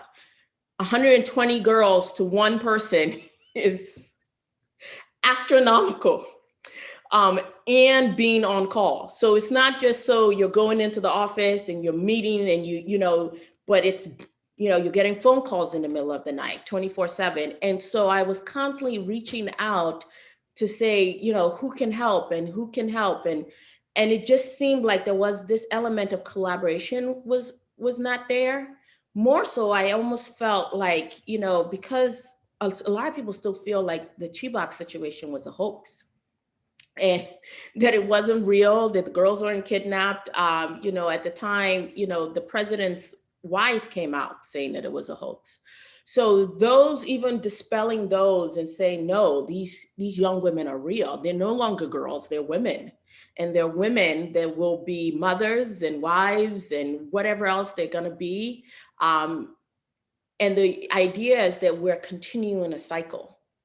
And how do we bring an end to that cycle? So some of the things I do want to mention about that, and I've already said, is like obviously the economic situation when it comes to Boko Haram. The poverty situation in that area is so astronomical that, you know, the kidnappings are all over the world are now an aspect of making money. From the COVID standpoint, again, I feel like there's a lot of education that needs to happen, a lot of teaching of skill sets, and giving people concrete tools on how they keep their stress levels down and how they navigate and manage distressing emotions. From the element of the NSARS, this is something that's very personal to me.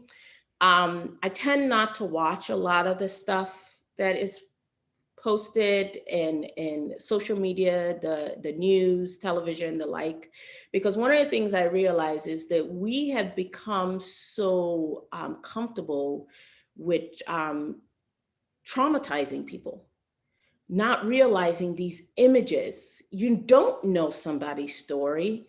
And we're putting these images, and sometimes we're looping them. I think about 9/11 here in the United States. I was in Boston at that time, at Boston University, and people thought that the whole of the United States was being attacked over and over again because of the looping of the media. I think about, the Capitol riots that happened. So even when I look at the situation at Lekki Tollgate, I had friends and families at that tollgate.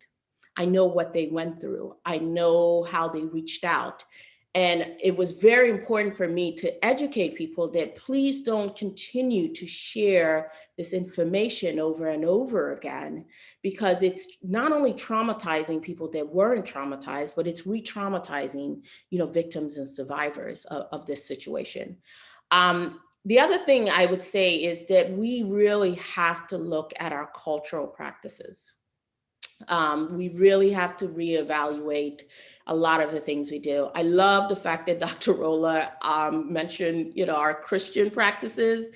Nigeria is a very heavily, religious and spiritual country. And I don't know how many times I was heard, about, I think she's possessed. Just go to the pastor will pray, or they have exorcisms, sessions, you go to the medicine doctor, all these different practices that are just really detrimental and ruining people's lives. I mean, literally, I've watched it, I've seen it. So when I think about that, I think, again, I think it has to start from a systematic point of view. We really have to look at the system that we have created. We have to look at the impact of a lot of colonization practices, cultural practices, and we have to be patient with the process of kind of dismantling these things, like step by step. If the idea is that we're just gonna come in and somehow be this savior, which a lot of times we get the whole, pardon me, white savior mentality. We're gonna come in and we're swoop in and we're gonna help them get better. It doesn't work that way, in my experience, what I've seen on ground. From a social justice standpoint, again, I think it's a systematic reconstruction that needs to happen. And then, many of the speakers talked about safety. We talk about physical safety, but we don't also talk about the emotional safety. Somebody needs to, I don't know how many house helps I've spoken to in my time of living in Nigeria. And the stories, you have a 9-year-old girl that's a house help that, even think about it, makes me a bit emotional, because we are such contributors to our trauma. And we have to take accountability of that, and we have to take ownership of that. Because for me to talk to a 9-year-old girl that has been through more trauma than I probably can imagine in a lifetime is like, I can't even put the words to it. So there's elements that, even as I say, not just the men, the women, we are contributing to the traumatic nature of our nation. We are a nation of traumatized people, whether we want to admit it or not. And just like Dr. Rolla said, it's not that, you need to see a psychiatrist, or there's some people, their resiliency is higher than others. However, it doesn't negate the fact that every one of us at some point has witnessed or experienced some level of trauma. Whether we are actively traumatized is a different story. But in the element of empathizing and really understanding, we should know, and we should not be contributors to that. Now, from the aspect of how we move forward, what's the way forward? I definitely feel that one of the things that Dr. Ezenwa talked about and mentioned in his presentation, this lack of, I feel like our data is very off. I know we said something like 1 in 4, and another place it's 3 in 10. However we look at it, you know, the suicide rate is through the roof. You know, I have friends and family who live in Lagos, and the documentation of the data collection, first of all, they are not people on ground to really do that extensive amount of data collection. We got to be honest about that. And we have to know that what we're giving is probably a drop of the reality of what it is. And so as we're moving forward, it's like in that element, I don't see us moving forward without collaborative effort. I don't see that happening. I think we are much stronger together than we are individually. I find that a lot of people, oh, you know, we want to be the big man or the big woman and be the one to, and, you know, and I'm like, no, this is a collective effort. We each have different talents, different expertise, different perspectives that we can bring together, join together to move forward. And I think that is so needed. And once we do that, then we can have this person doing data collection. We can have this person on ground. We can, you know, the delegation of tasks for 200+ million people. Think about that. One organization cannot do it. It's gonna take a group of us, and then being very organized and very strategic, very purposeful, very intentional with what is it we're trying to do. And then the aspect of looking at it, this is, I feel, very important. I feel Nigeria as a country is now just getting to the point of where we're trauma aware. I think we then need to go to a point where we need to be trauma sensitive, trauma responsive, and then trauma informed. The trauma informed is when Nigeria as a whole is now embodying the idea that yes, trauma is at the root cause of a lot of mental health issues. And then from there, can we even begin to really see the changes, the evolution that we so desire? But right now, we're not even, I can't definitively and confidently say Nigeria is trauma aware, because I know I was just in Yola for 1.5 years and I was teaching trauma awareness, you know, and that was just 2 years ago or so. And so when I think about that, we have a ways to go. But I also, again, I'm a firm believer we got to be patient with ourselves. America is a far greater, you know, establishment than we, you know, Nigeria is. Someone had mentioned that we're only 60 years into this.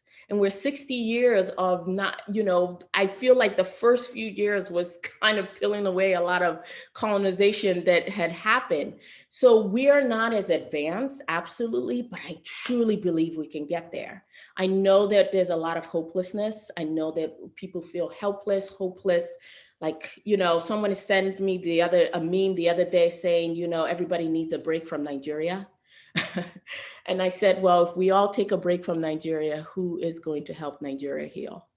So I'm so grateful again for this opportunity to collaborate with all you women and Dr. Ezenwa and every attendant that's involved in this. And I'm looking forward and I'm very excited because I know what I'm doing personally. But I'm looking forward to our collaborative efforts in where we really look at healing our nation, because it's our nation. We are the people and it's our nation. Thank you. Thank you. Again, powerful, powerful words, and you're such a great speaker. And I do want to just take a minute to acknowledge just the great work that you have done And hopefully folks will read about all the work that you've done with the Chivak girls. And I know that you have personally, that was a lot of just you and your personal time doing it, being on the phone, talking to people, trying to make things happen. And you really have been sort of a warrior out there. And we all appreciate all your efforts. And I thought it was just so powerful what you said about healing is a process. And part of that process is looking at ourselves and taking accountability and moving from being trauma aware to being trauma informed. And I think, one piece that I'm so excited that we have all folks from different walks of life working in different areas today to really talk about moving also to solutions, right? How can we collaborate and work together to address some of these issues? So I know in our agenda for today, we had a break, but I know we started a little late. So we're gonna kind of keep going on and sort of start to talk about solutions and next steps. And let me just check in with my co-moderator, just to see if we have questions from the audience that we want to take now, or just start with a moderator question. Yeah, so we are going to post the opportunity to get questions, both from people on YouTube and Zoom, so we can move forward with the pre-selected questions by the moderators, and then we'll kind of check back in with Q&A from audience. Do you want to start with the question? Oops, my voice. Yes, I can get started. And thank you so much. Like, I'm filled with just a lot of emotion already. I think that break would have been good, but we'll keep it moving. But there's so much here. Kind of one of the questions that comes to mind when I'm thinking about this, especially with the NSARS protests, it's kind of the mental health of those who are kind of also out there, at the toll gate, wherever you're at, participating in this. And I'm kind of curious for people who are doing it, that's part of why we had this this event today, because people just kept going. And then, things kind of diffuse the way they did, and we all seem to crash on a level. So what does it look like to kind of keep yourself, I guess, in terms of self-care while partaking in these movements?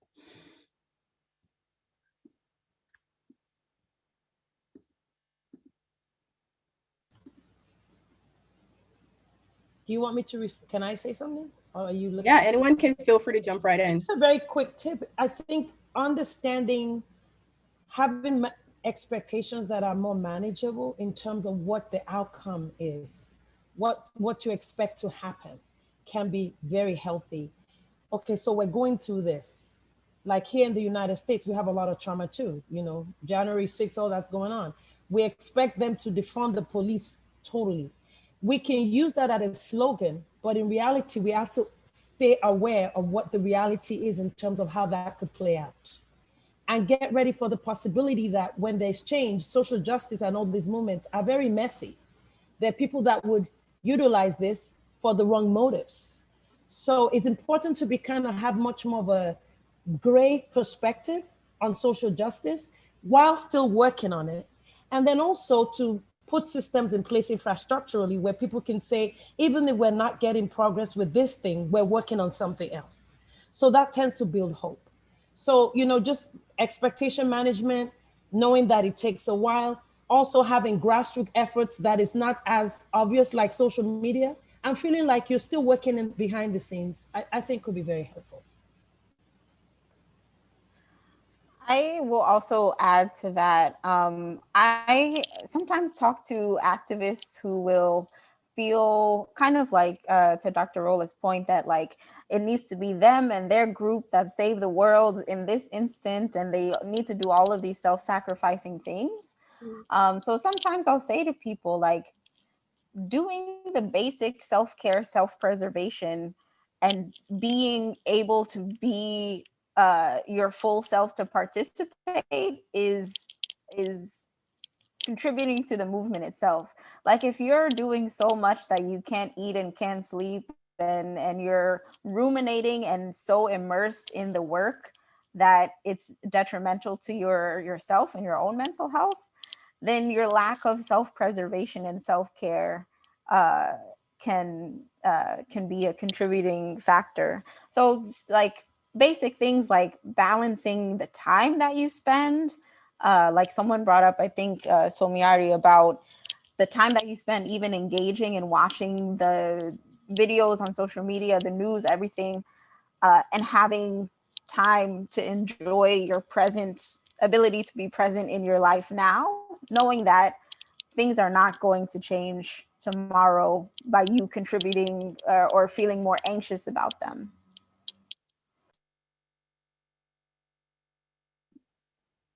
So good. Thank you so much for that. I think there's so much to take away from what you said, Dr. Rolla, kind of having realistic expectations. I think we were all kind of excited about this, and we just, we thought things were going to keep going until, we face that. So I think that's important to keep in mind. And like you said, Dr. Okosi, kind of having that understanding of knowing that there are different roles to play, right? I think people kind of have an idea that I must be on the streets, I'm not doing anything, but part of what we saw are people kind of feeding, or people kind of at least getting the word out there in their own way. And I think we need to, own that and appreciate that about, what everybody has to contribute. So huge thanks for that. I think we have some questions coming in the chat.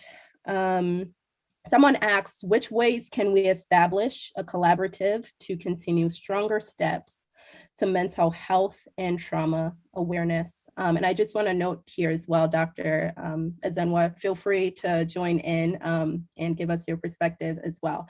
But I'll repeat that. Which ways can we establish a collaborative to continue stronger steps to mental health and trauma awareness?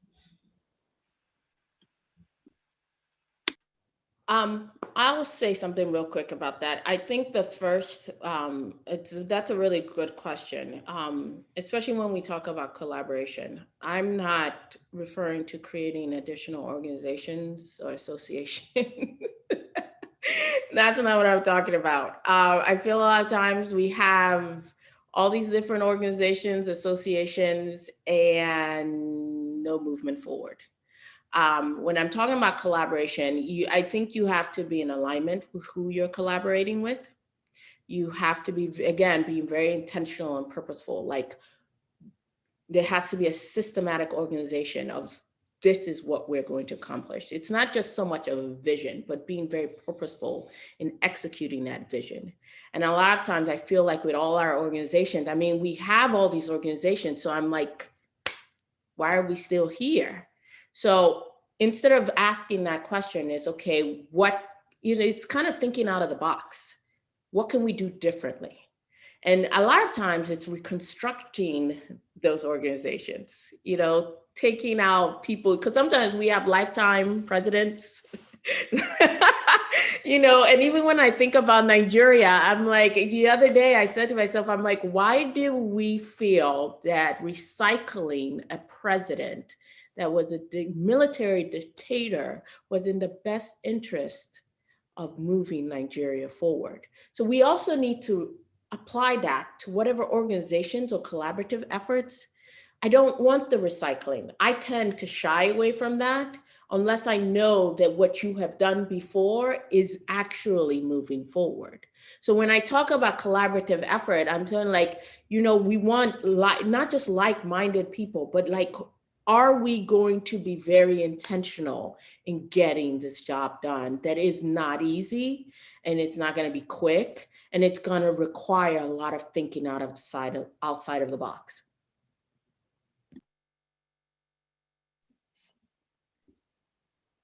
So good. Okay, you have something? Let me add something there. I agree with you, Ms. Fabora. Many times we have all these spaces and we achieve nothing. So we need to be intentional, and we have to make sure that whatever platform, because sometimes some people cannot create the platform.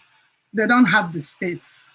So they need somewhere, a pedestal on which to stand to give the little that they could. And with regards to the first question that was put out, I believe that any little thing we do in our little space, like here I am in Houston, I know that the little thing I do in Houston, they say, how do you maintain your own mental wellness? You know, I get so much joy. I feel so fulfilled, you know, even just going to talk to those 3, 4, 5 people, and you could see the impact that could make. And a little drop of water, one step at a time, eventually we'll get there. We're not going to conquer the world. We just have to, like Ms. Febora said, one step at a time, and we will get there. If people need our services, we should be able to give it. If we need other people's service, that's collaboration. You know, if we need other people's service, we should be free to reach out, and we expect that those people will join us to achieve a particular goal. So across everyone's talk today, there was a focus on stigma and the importance of addressing stigma with mental health providers, with just the general public in general. What would be your recommendations around addressing stigma around Nigerian mental health? Okay, can I say something there? The issue of stigma is a global problem. It's not just Nigerian problem, but it's worse in Nigeria because of the way we interpret it. This is a country that believes that somebody who commits suicide has committed an abomination. I mean, so you just think about that and see how somebody who feels that something is not their portion, no, this is not my portion, because this kind of ailment is assigned to a particular people, but not you. So with that, you will see we'll continue to reject mental and emotional situations when we encounter them. The issue of destigmatizing mental health is going to be a long journey. We'll just take it one step at a time. Our focus should be is what we can do for here and now. Because for every situation that we have an enlightenment, like we are all talking here, many people in this forum will take something at home and then they'll start rethinking certain things, especially with the definition of trauma, is not only when you're, you know, there's Boko Haram at your back. It could even be something happening in your home, just little things. And like Dr.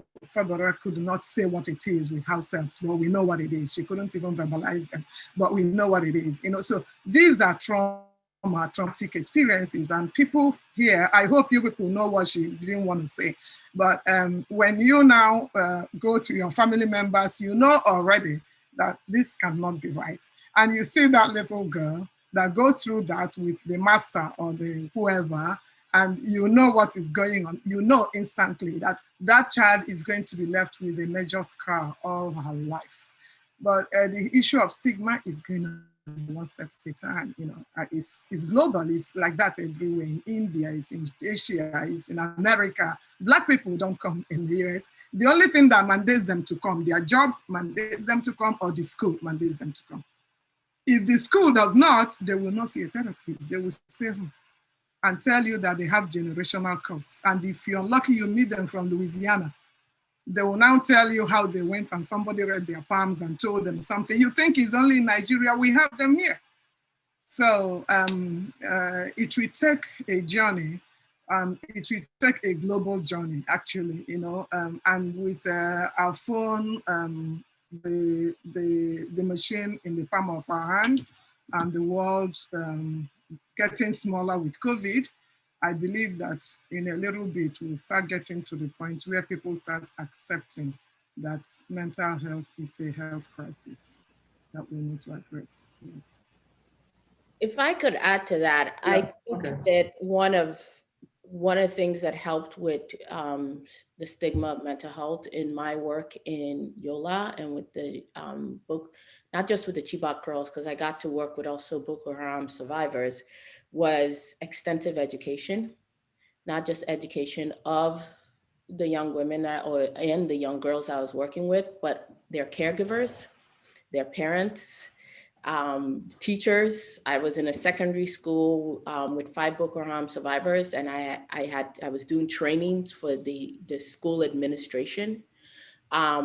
So education is huge. I think the other key thing is that we keep waiting for people to come to us instead of us going to them. And that element of cultural competence, I cannot stress that enough. And I think it's the thing that really saved me in my work with the Chibok girls, is that I did not approach it. Granted, I had some foundation and foreknowledge, but I was very clear that in order for me to get a people that have no clue what mental health is or whatever the case may be, and engage in a lot of traditional and cultural practices, that I needed to meet them where they were. I needed to take their cultural practices, their spiritual practices, and intertwine that with scientific and mental health practices to work. I did a breathing exercise with the Chibok girls. When I first tried to introduce that, they thought I was doing something demonic. I was doing yoga, but I had to change the names. So it wasn't meditation, it was breathing. And it wasn't yoga, it was stretching. We have to find, and then again, I don't see us reducing the stigma without having an understanding of the people. Again, my on the ground personal knowledge, you don't destigmatize without, even here in the United States, when I have clients, I need to understand their culture. I need to understand who they are to start slowly dispelling. And it's not me saying, oh no, this is wrong, or telling them their notion and perception. Is meeting them where they are.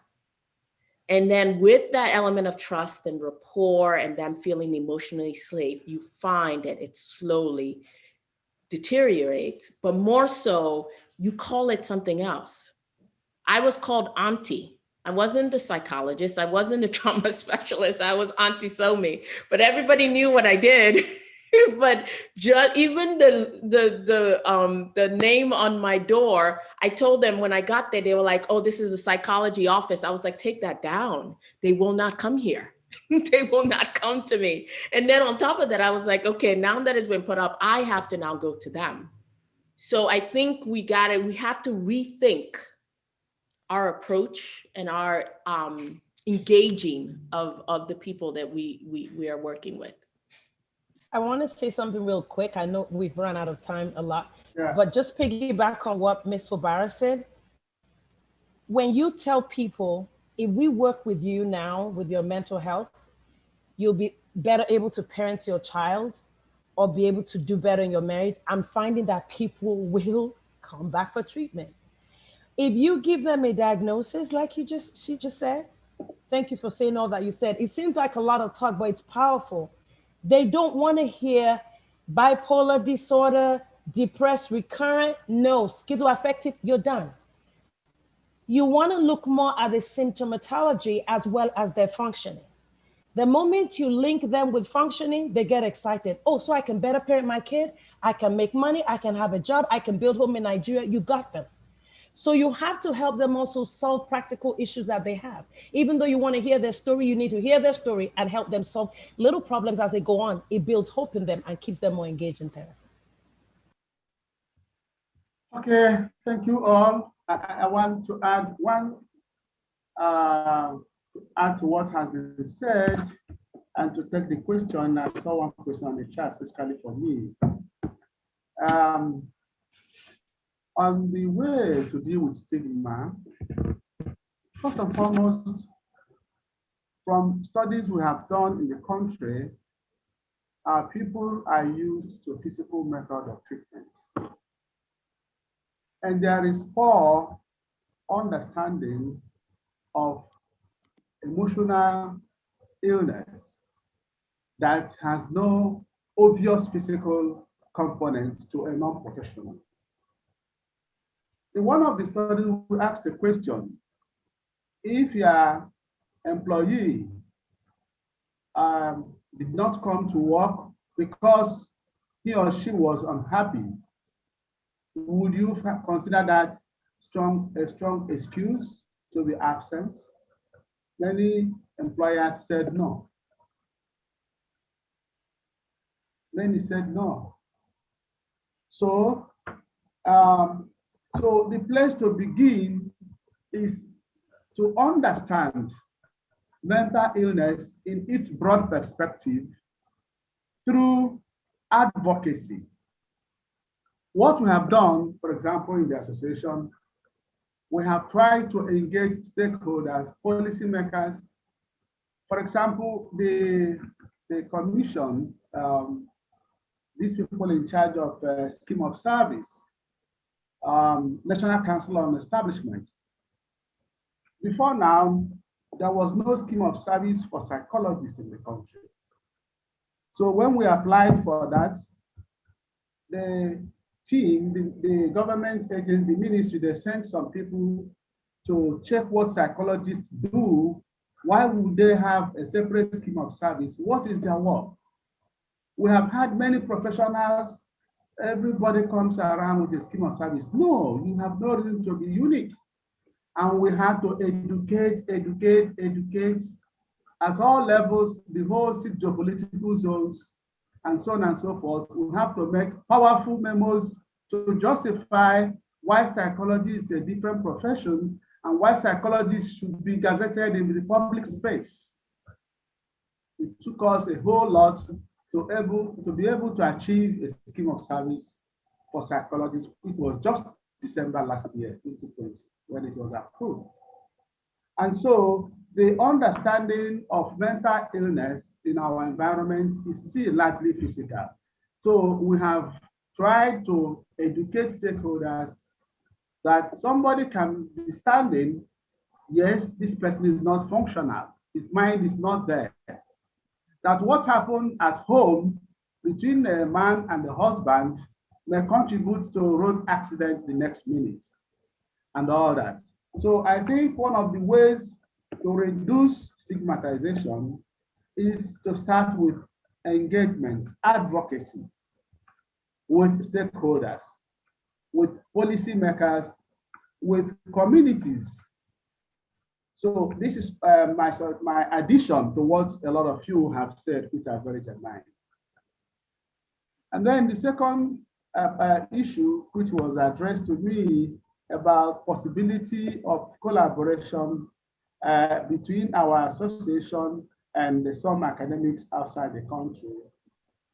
I think that one of the things we can do, like I said in the paper, is to collect data, to work together, to design some research and collect data with which we can confront policymakers about possible intervention. For example, people who are traumatized, people who need psychological services, people who need psychological first aid. I had a woman who was kidnapped in Port Harcourt, and the husband called me for assistance. I referred the husband to a psychologist in Port Harcourt where the woman lives. And the woman told the husband, no, I don't need a psychologist, I'm okay. Just take me to the hospital. When she was released after some ransom was paid, I'm okay, why do I have to see a psychologist? And so the husband was, I kept engaging him, Eventually, the woman said, according to the husband, no, I don't need a psychologist, I'm okay. I'm okay. And yet, according to the husband later, she was having flashbacks, she refused to return to the home and all that. So, so I think we can start with working together. We can do research together. We can have engagements, together, especially with stakeholders. This probably is where we can start to work together. Thank you very much.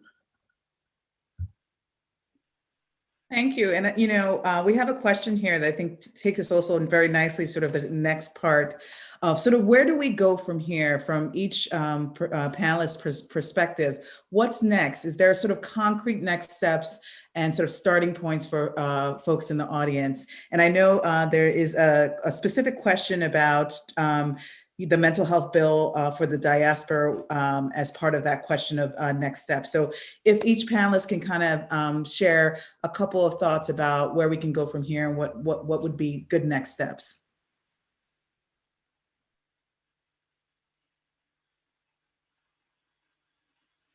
Something here very briefly. One other thing that's very key, I think will help us in the country is to arrange, we have tried to do that but not succeeded, to arrange some form of meetings with mental health professionals in the country,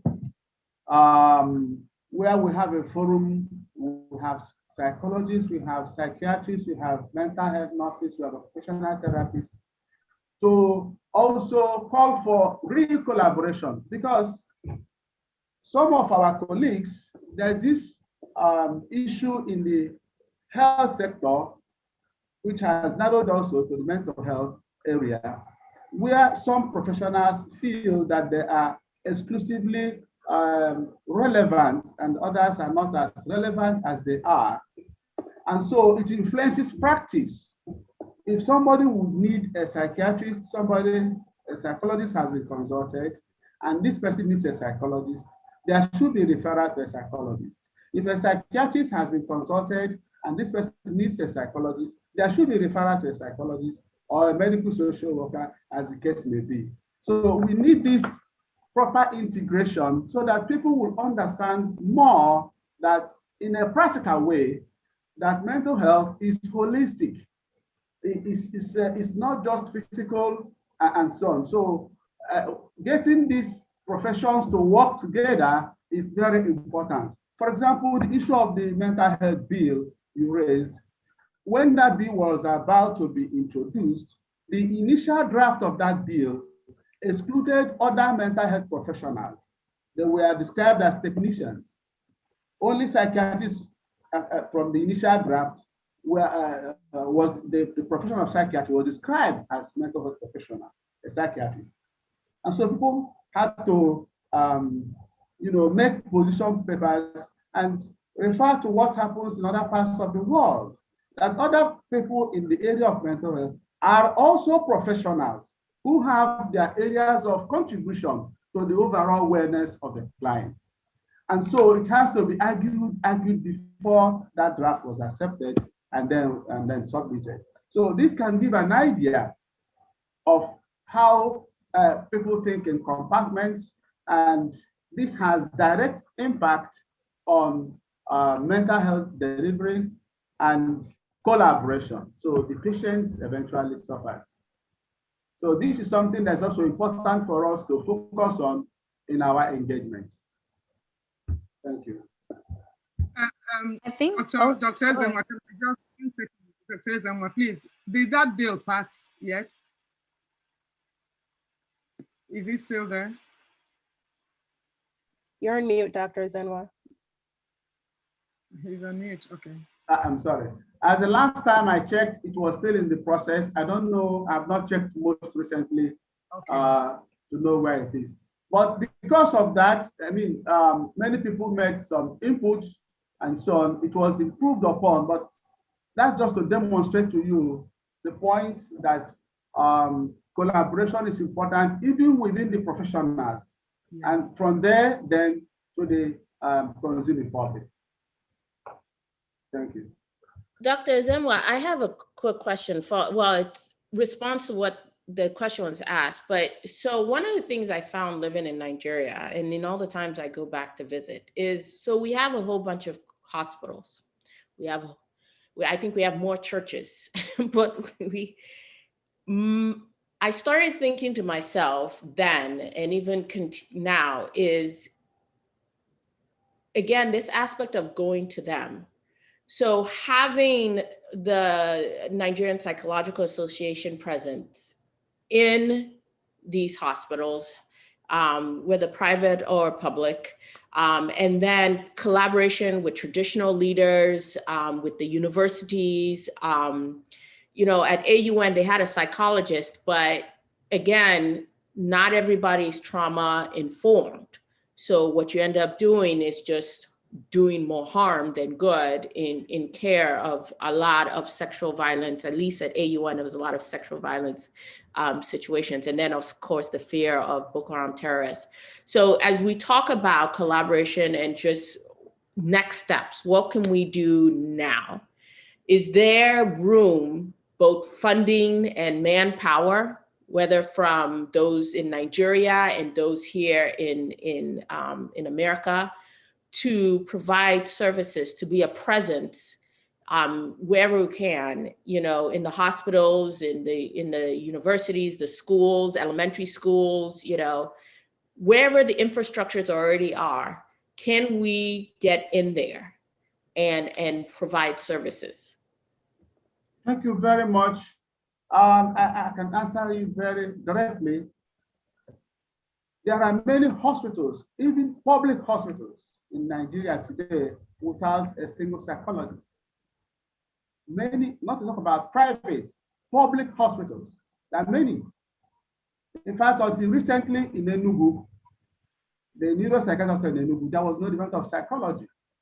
Until recently, not too long ago, there was no department of psychology in a neuropsychiatric hospital.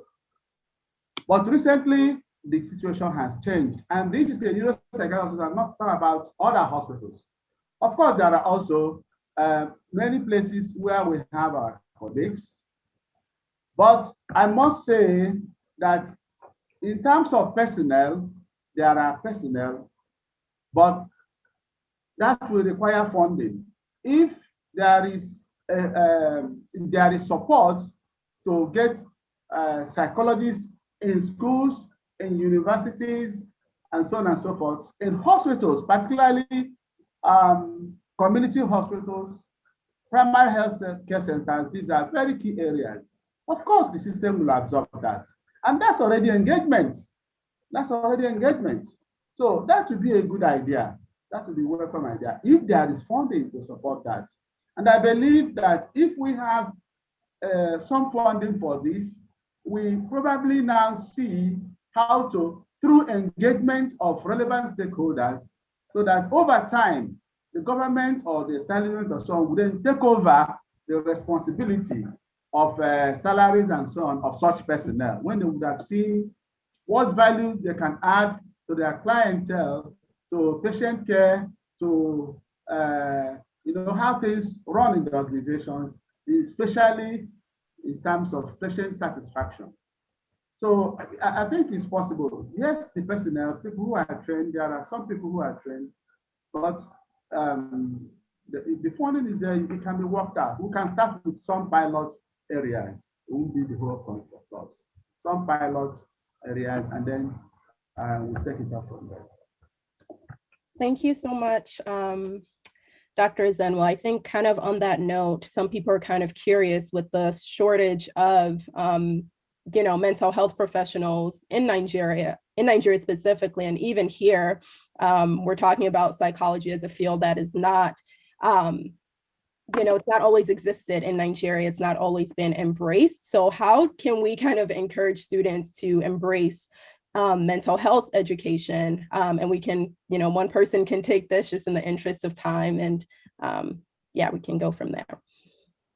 Yeah, I can just say very briefly, from our experience, like in the association, in the past, I just spoke about scheme of service, and at the moment, we don't have a council. We don't have a council for regulation of psychology in Nigeria. The association pursued a bill for that purpose that was last year. Year before last, 2019. The bill was passed by both houses of National Assembly. Unfortunately, Mr. President did not act on the bill, neither accepted nor rejected the bill. And the life of the assembly got expired. We now have to start again. It has passed the first reading, second reading, we're waiting for the third reading. Such an important law to regulate the price of psychology in the country. And this is one of the things that will motivate interest in the profession. I hope you understand what I'm saying. And so we will also need little support if that is possible, because there is a way our people see some of our our country people in diaspora. There's some form of more importance attached to their input. So we'll also appreciate such support to kickstart or fast track the bill process, which is not easy on us. So, but we are determined, because the law is very important to protect the profession of psychology and to keep it away from all manner of miscreants and impostors. And this has been the focus of this administration. We are thinking that the president would have signed the bill. We made all the contacts and all the press statements showing why this bill is important to be signed into law. But now we have to start the process again, and it's still ongoing. So this is also something that will probably require some support to move it forward. Thank you. Thank you so much. There's so many good questions here. I'm like having a hard time choosing, but a lot about collaboration and how can we forge relationships with the work that's going on in Nigeria. And with that, I do want to pose Dr. Okafor's question, and that sadly will be the last question for today, but feel free to reach out to us via email and we can, always continue to facilitate that conversation. But Dr. Okafor asks, we have an established Nigerian mental health practitioners USA Inc. here in the diaspora. Dr. Ezenwa, would you mind providing a list of other mental health practitioner association in Nigeria to initiate a collaboration? And kind of on that note as well, someone asked how we here can facilitate and help with what's going on in Nigeria and provide our expertise. So how can we join with that work?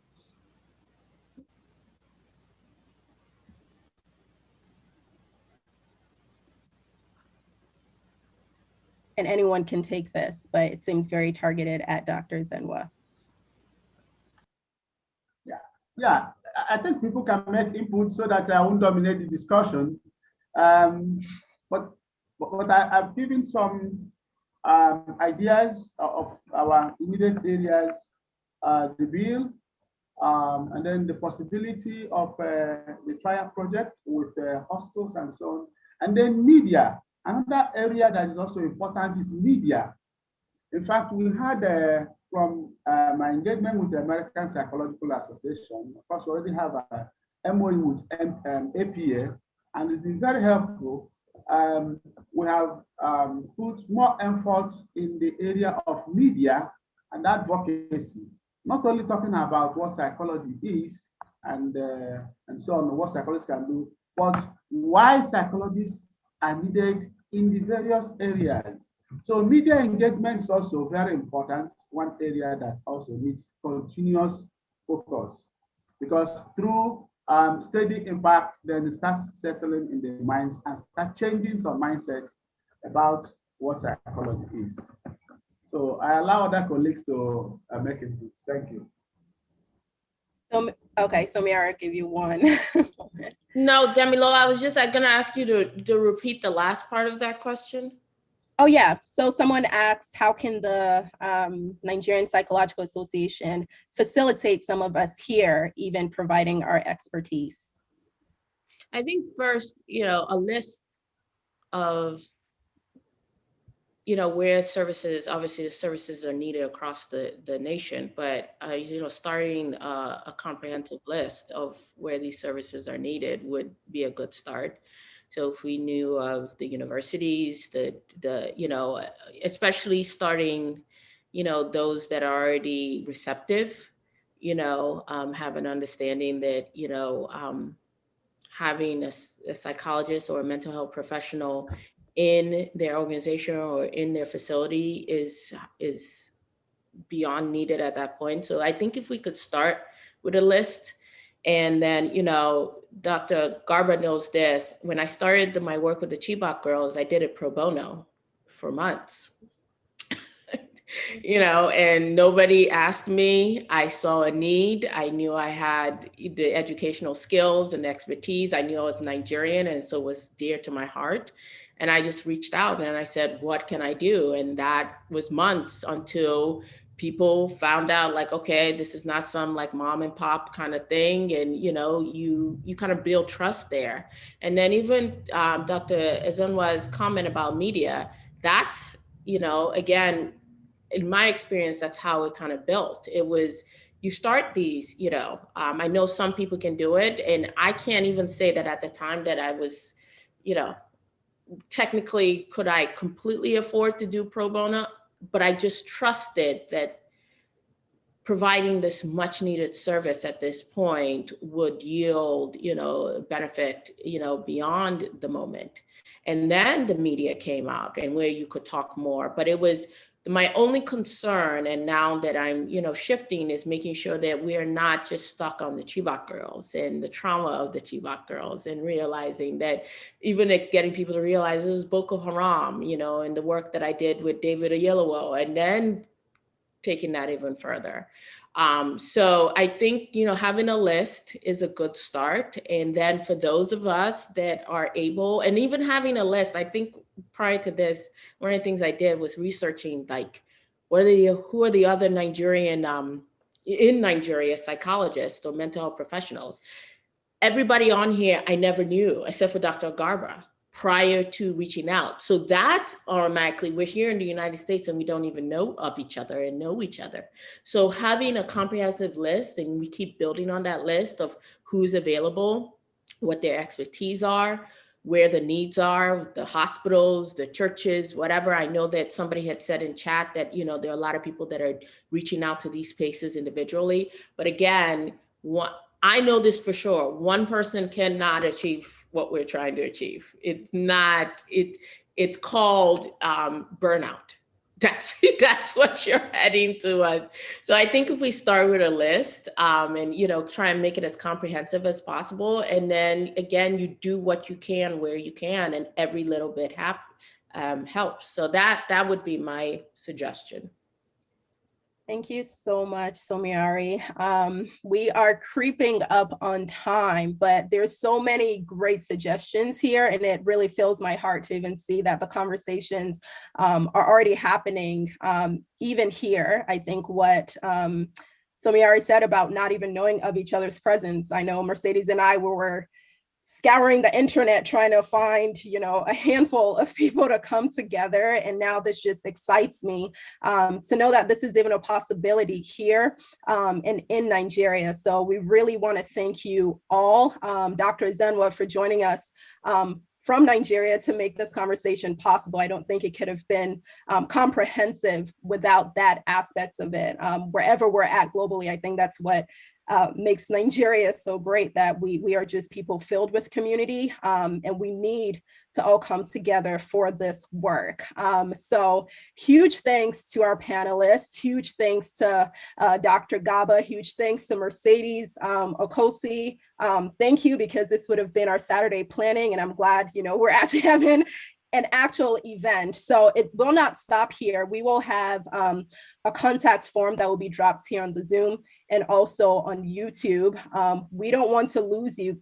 We don't want to lose you all. I think it's fun to have conversations like this, and I already feel energized. But like Somiari mentioned, we can't just keep talking. I think this is kind of the time to actually start taking action. And I'm already ready to do that. You know, as a student, wherever you're at right now, there's a part for all of us to play. So would really appreciate if you can fill that out. If you'd like to collaborate on future initiatives, we would love to have you. If you'd like to just learn more and just hop in, we would love to have you. So please take a look at that contact form, and we'll gather these questions. So hopefully our panelists wouldn't mind kind of, you know, continuing that on their own time. But again, huge thank you, Dr. Gaba, Mercedes Okosi. I don't know if you have any lasting words, but really appreciate you all. I just wanted to jump in and thank you, I mean, you organized this, you put this together, and I so appreciate this. It is so nice to be in the presence of great Nigerian and Nigerian American mental health professionals. And this would not have happened without sort of your wisdom and saying that we needed to do this. So thank you for what you did. Yeah, I just want to add too, this was all sparked by Damilola and reaching out to me. You know, what can we do about everything that's going on? What can we do from here as Nigerian Americans? And I think sometimes we can kind of underestimate the impact that we can have, but even just putting this event together, like I've met all of these new Nigerian psychologists and mental health professionals I didn't know before. I feel inspired. And I feel like I want to do even more in terms of thinking about what I can do from here in terms of contributing to the causes we've talked about today. So great discussion. For me, I thank you all and I call you our ambassadors. Thank you, Dr. Ezenwa. We call you our boots on ground. So be ready whenever we reach out to you. Thank you, thank you. Thank you. To quickly say that I'm an empty nester. This is the first year I'm not paying tuition. I can literally get on a plane and travel. I am free of these children. So for the first time in my adult life, I can actually go to another country and not worry about my children. So whatever I need to do that is in line with my expertise, let me know and I'm ready. I'm excited. Yeah. Thank you. Piggybacking everybody. Thank you guys so much. This was much needed. It was definitely a much needed conversation, and it's the beginning. And I think we determine where we go from here and how invested we are. And I'm hopeful and just very encouraged that we are headed in the right direction, and that, you know, with all our expertise and collaborative efforts, we will heal our nation.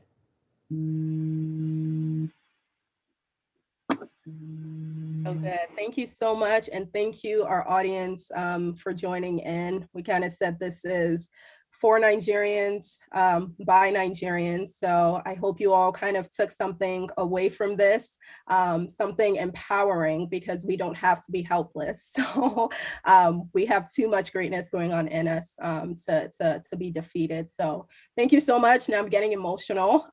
So thank you so much all. And I look forward to being in contact and continue to forge relationships with you all. Thank you so much. Thank you, Damilola. Damilola, thank you, Dr. Kosi. Thank you, everyone. Thank you guys. Thank you for having me. Thank you. Damilola. Yes, my dear. Nice to meet you all. Yes, Dr. Fubara. Okafor. Fubara, you're amazing, all of you. Yes. And Yes. Dr. Garber, So nice. so much. Family. Thank you. Dr. Gaba, thank you. We have to forge together as a family and move forward.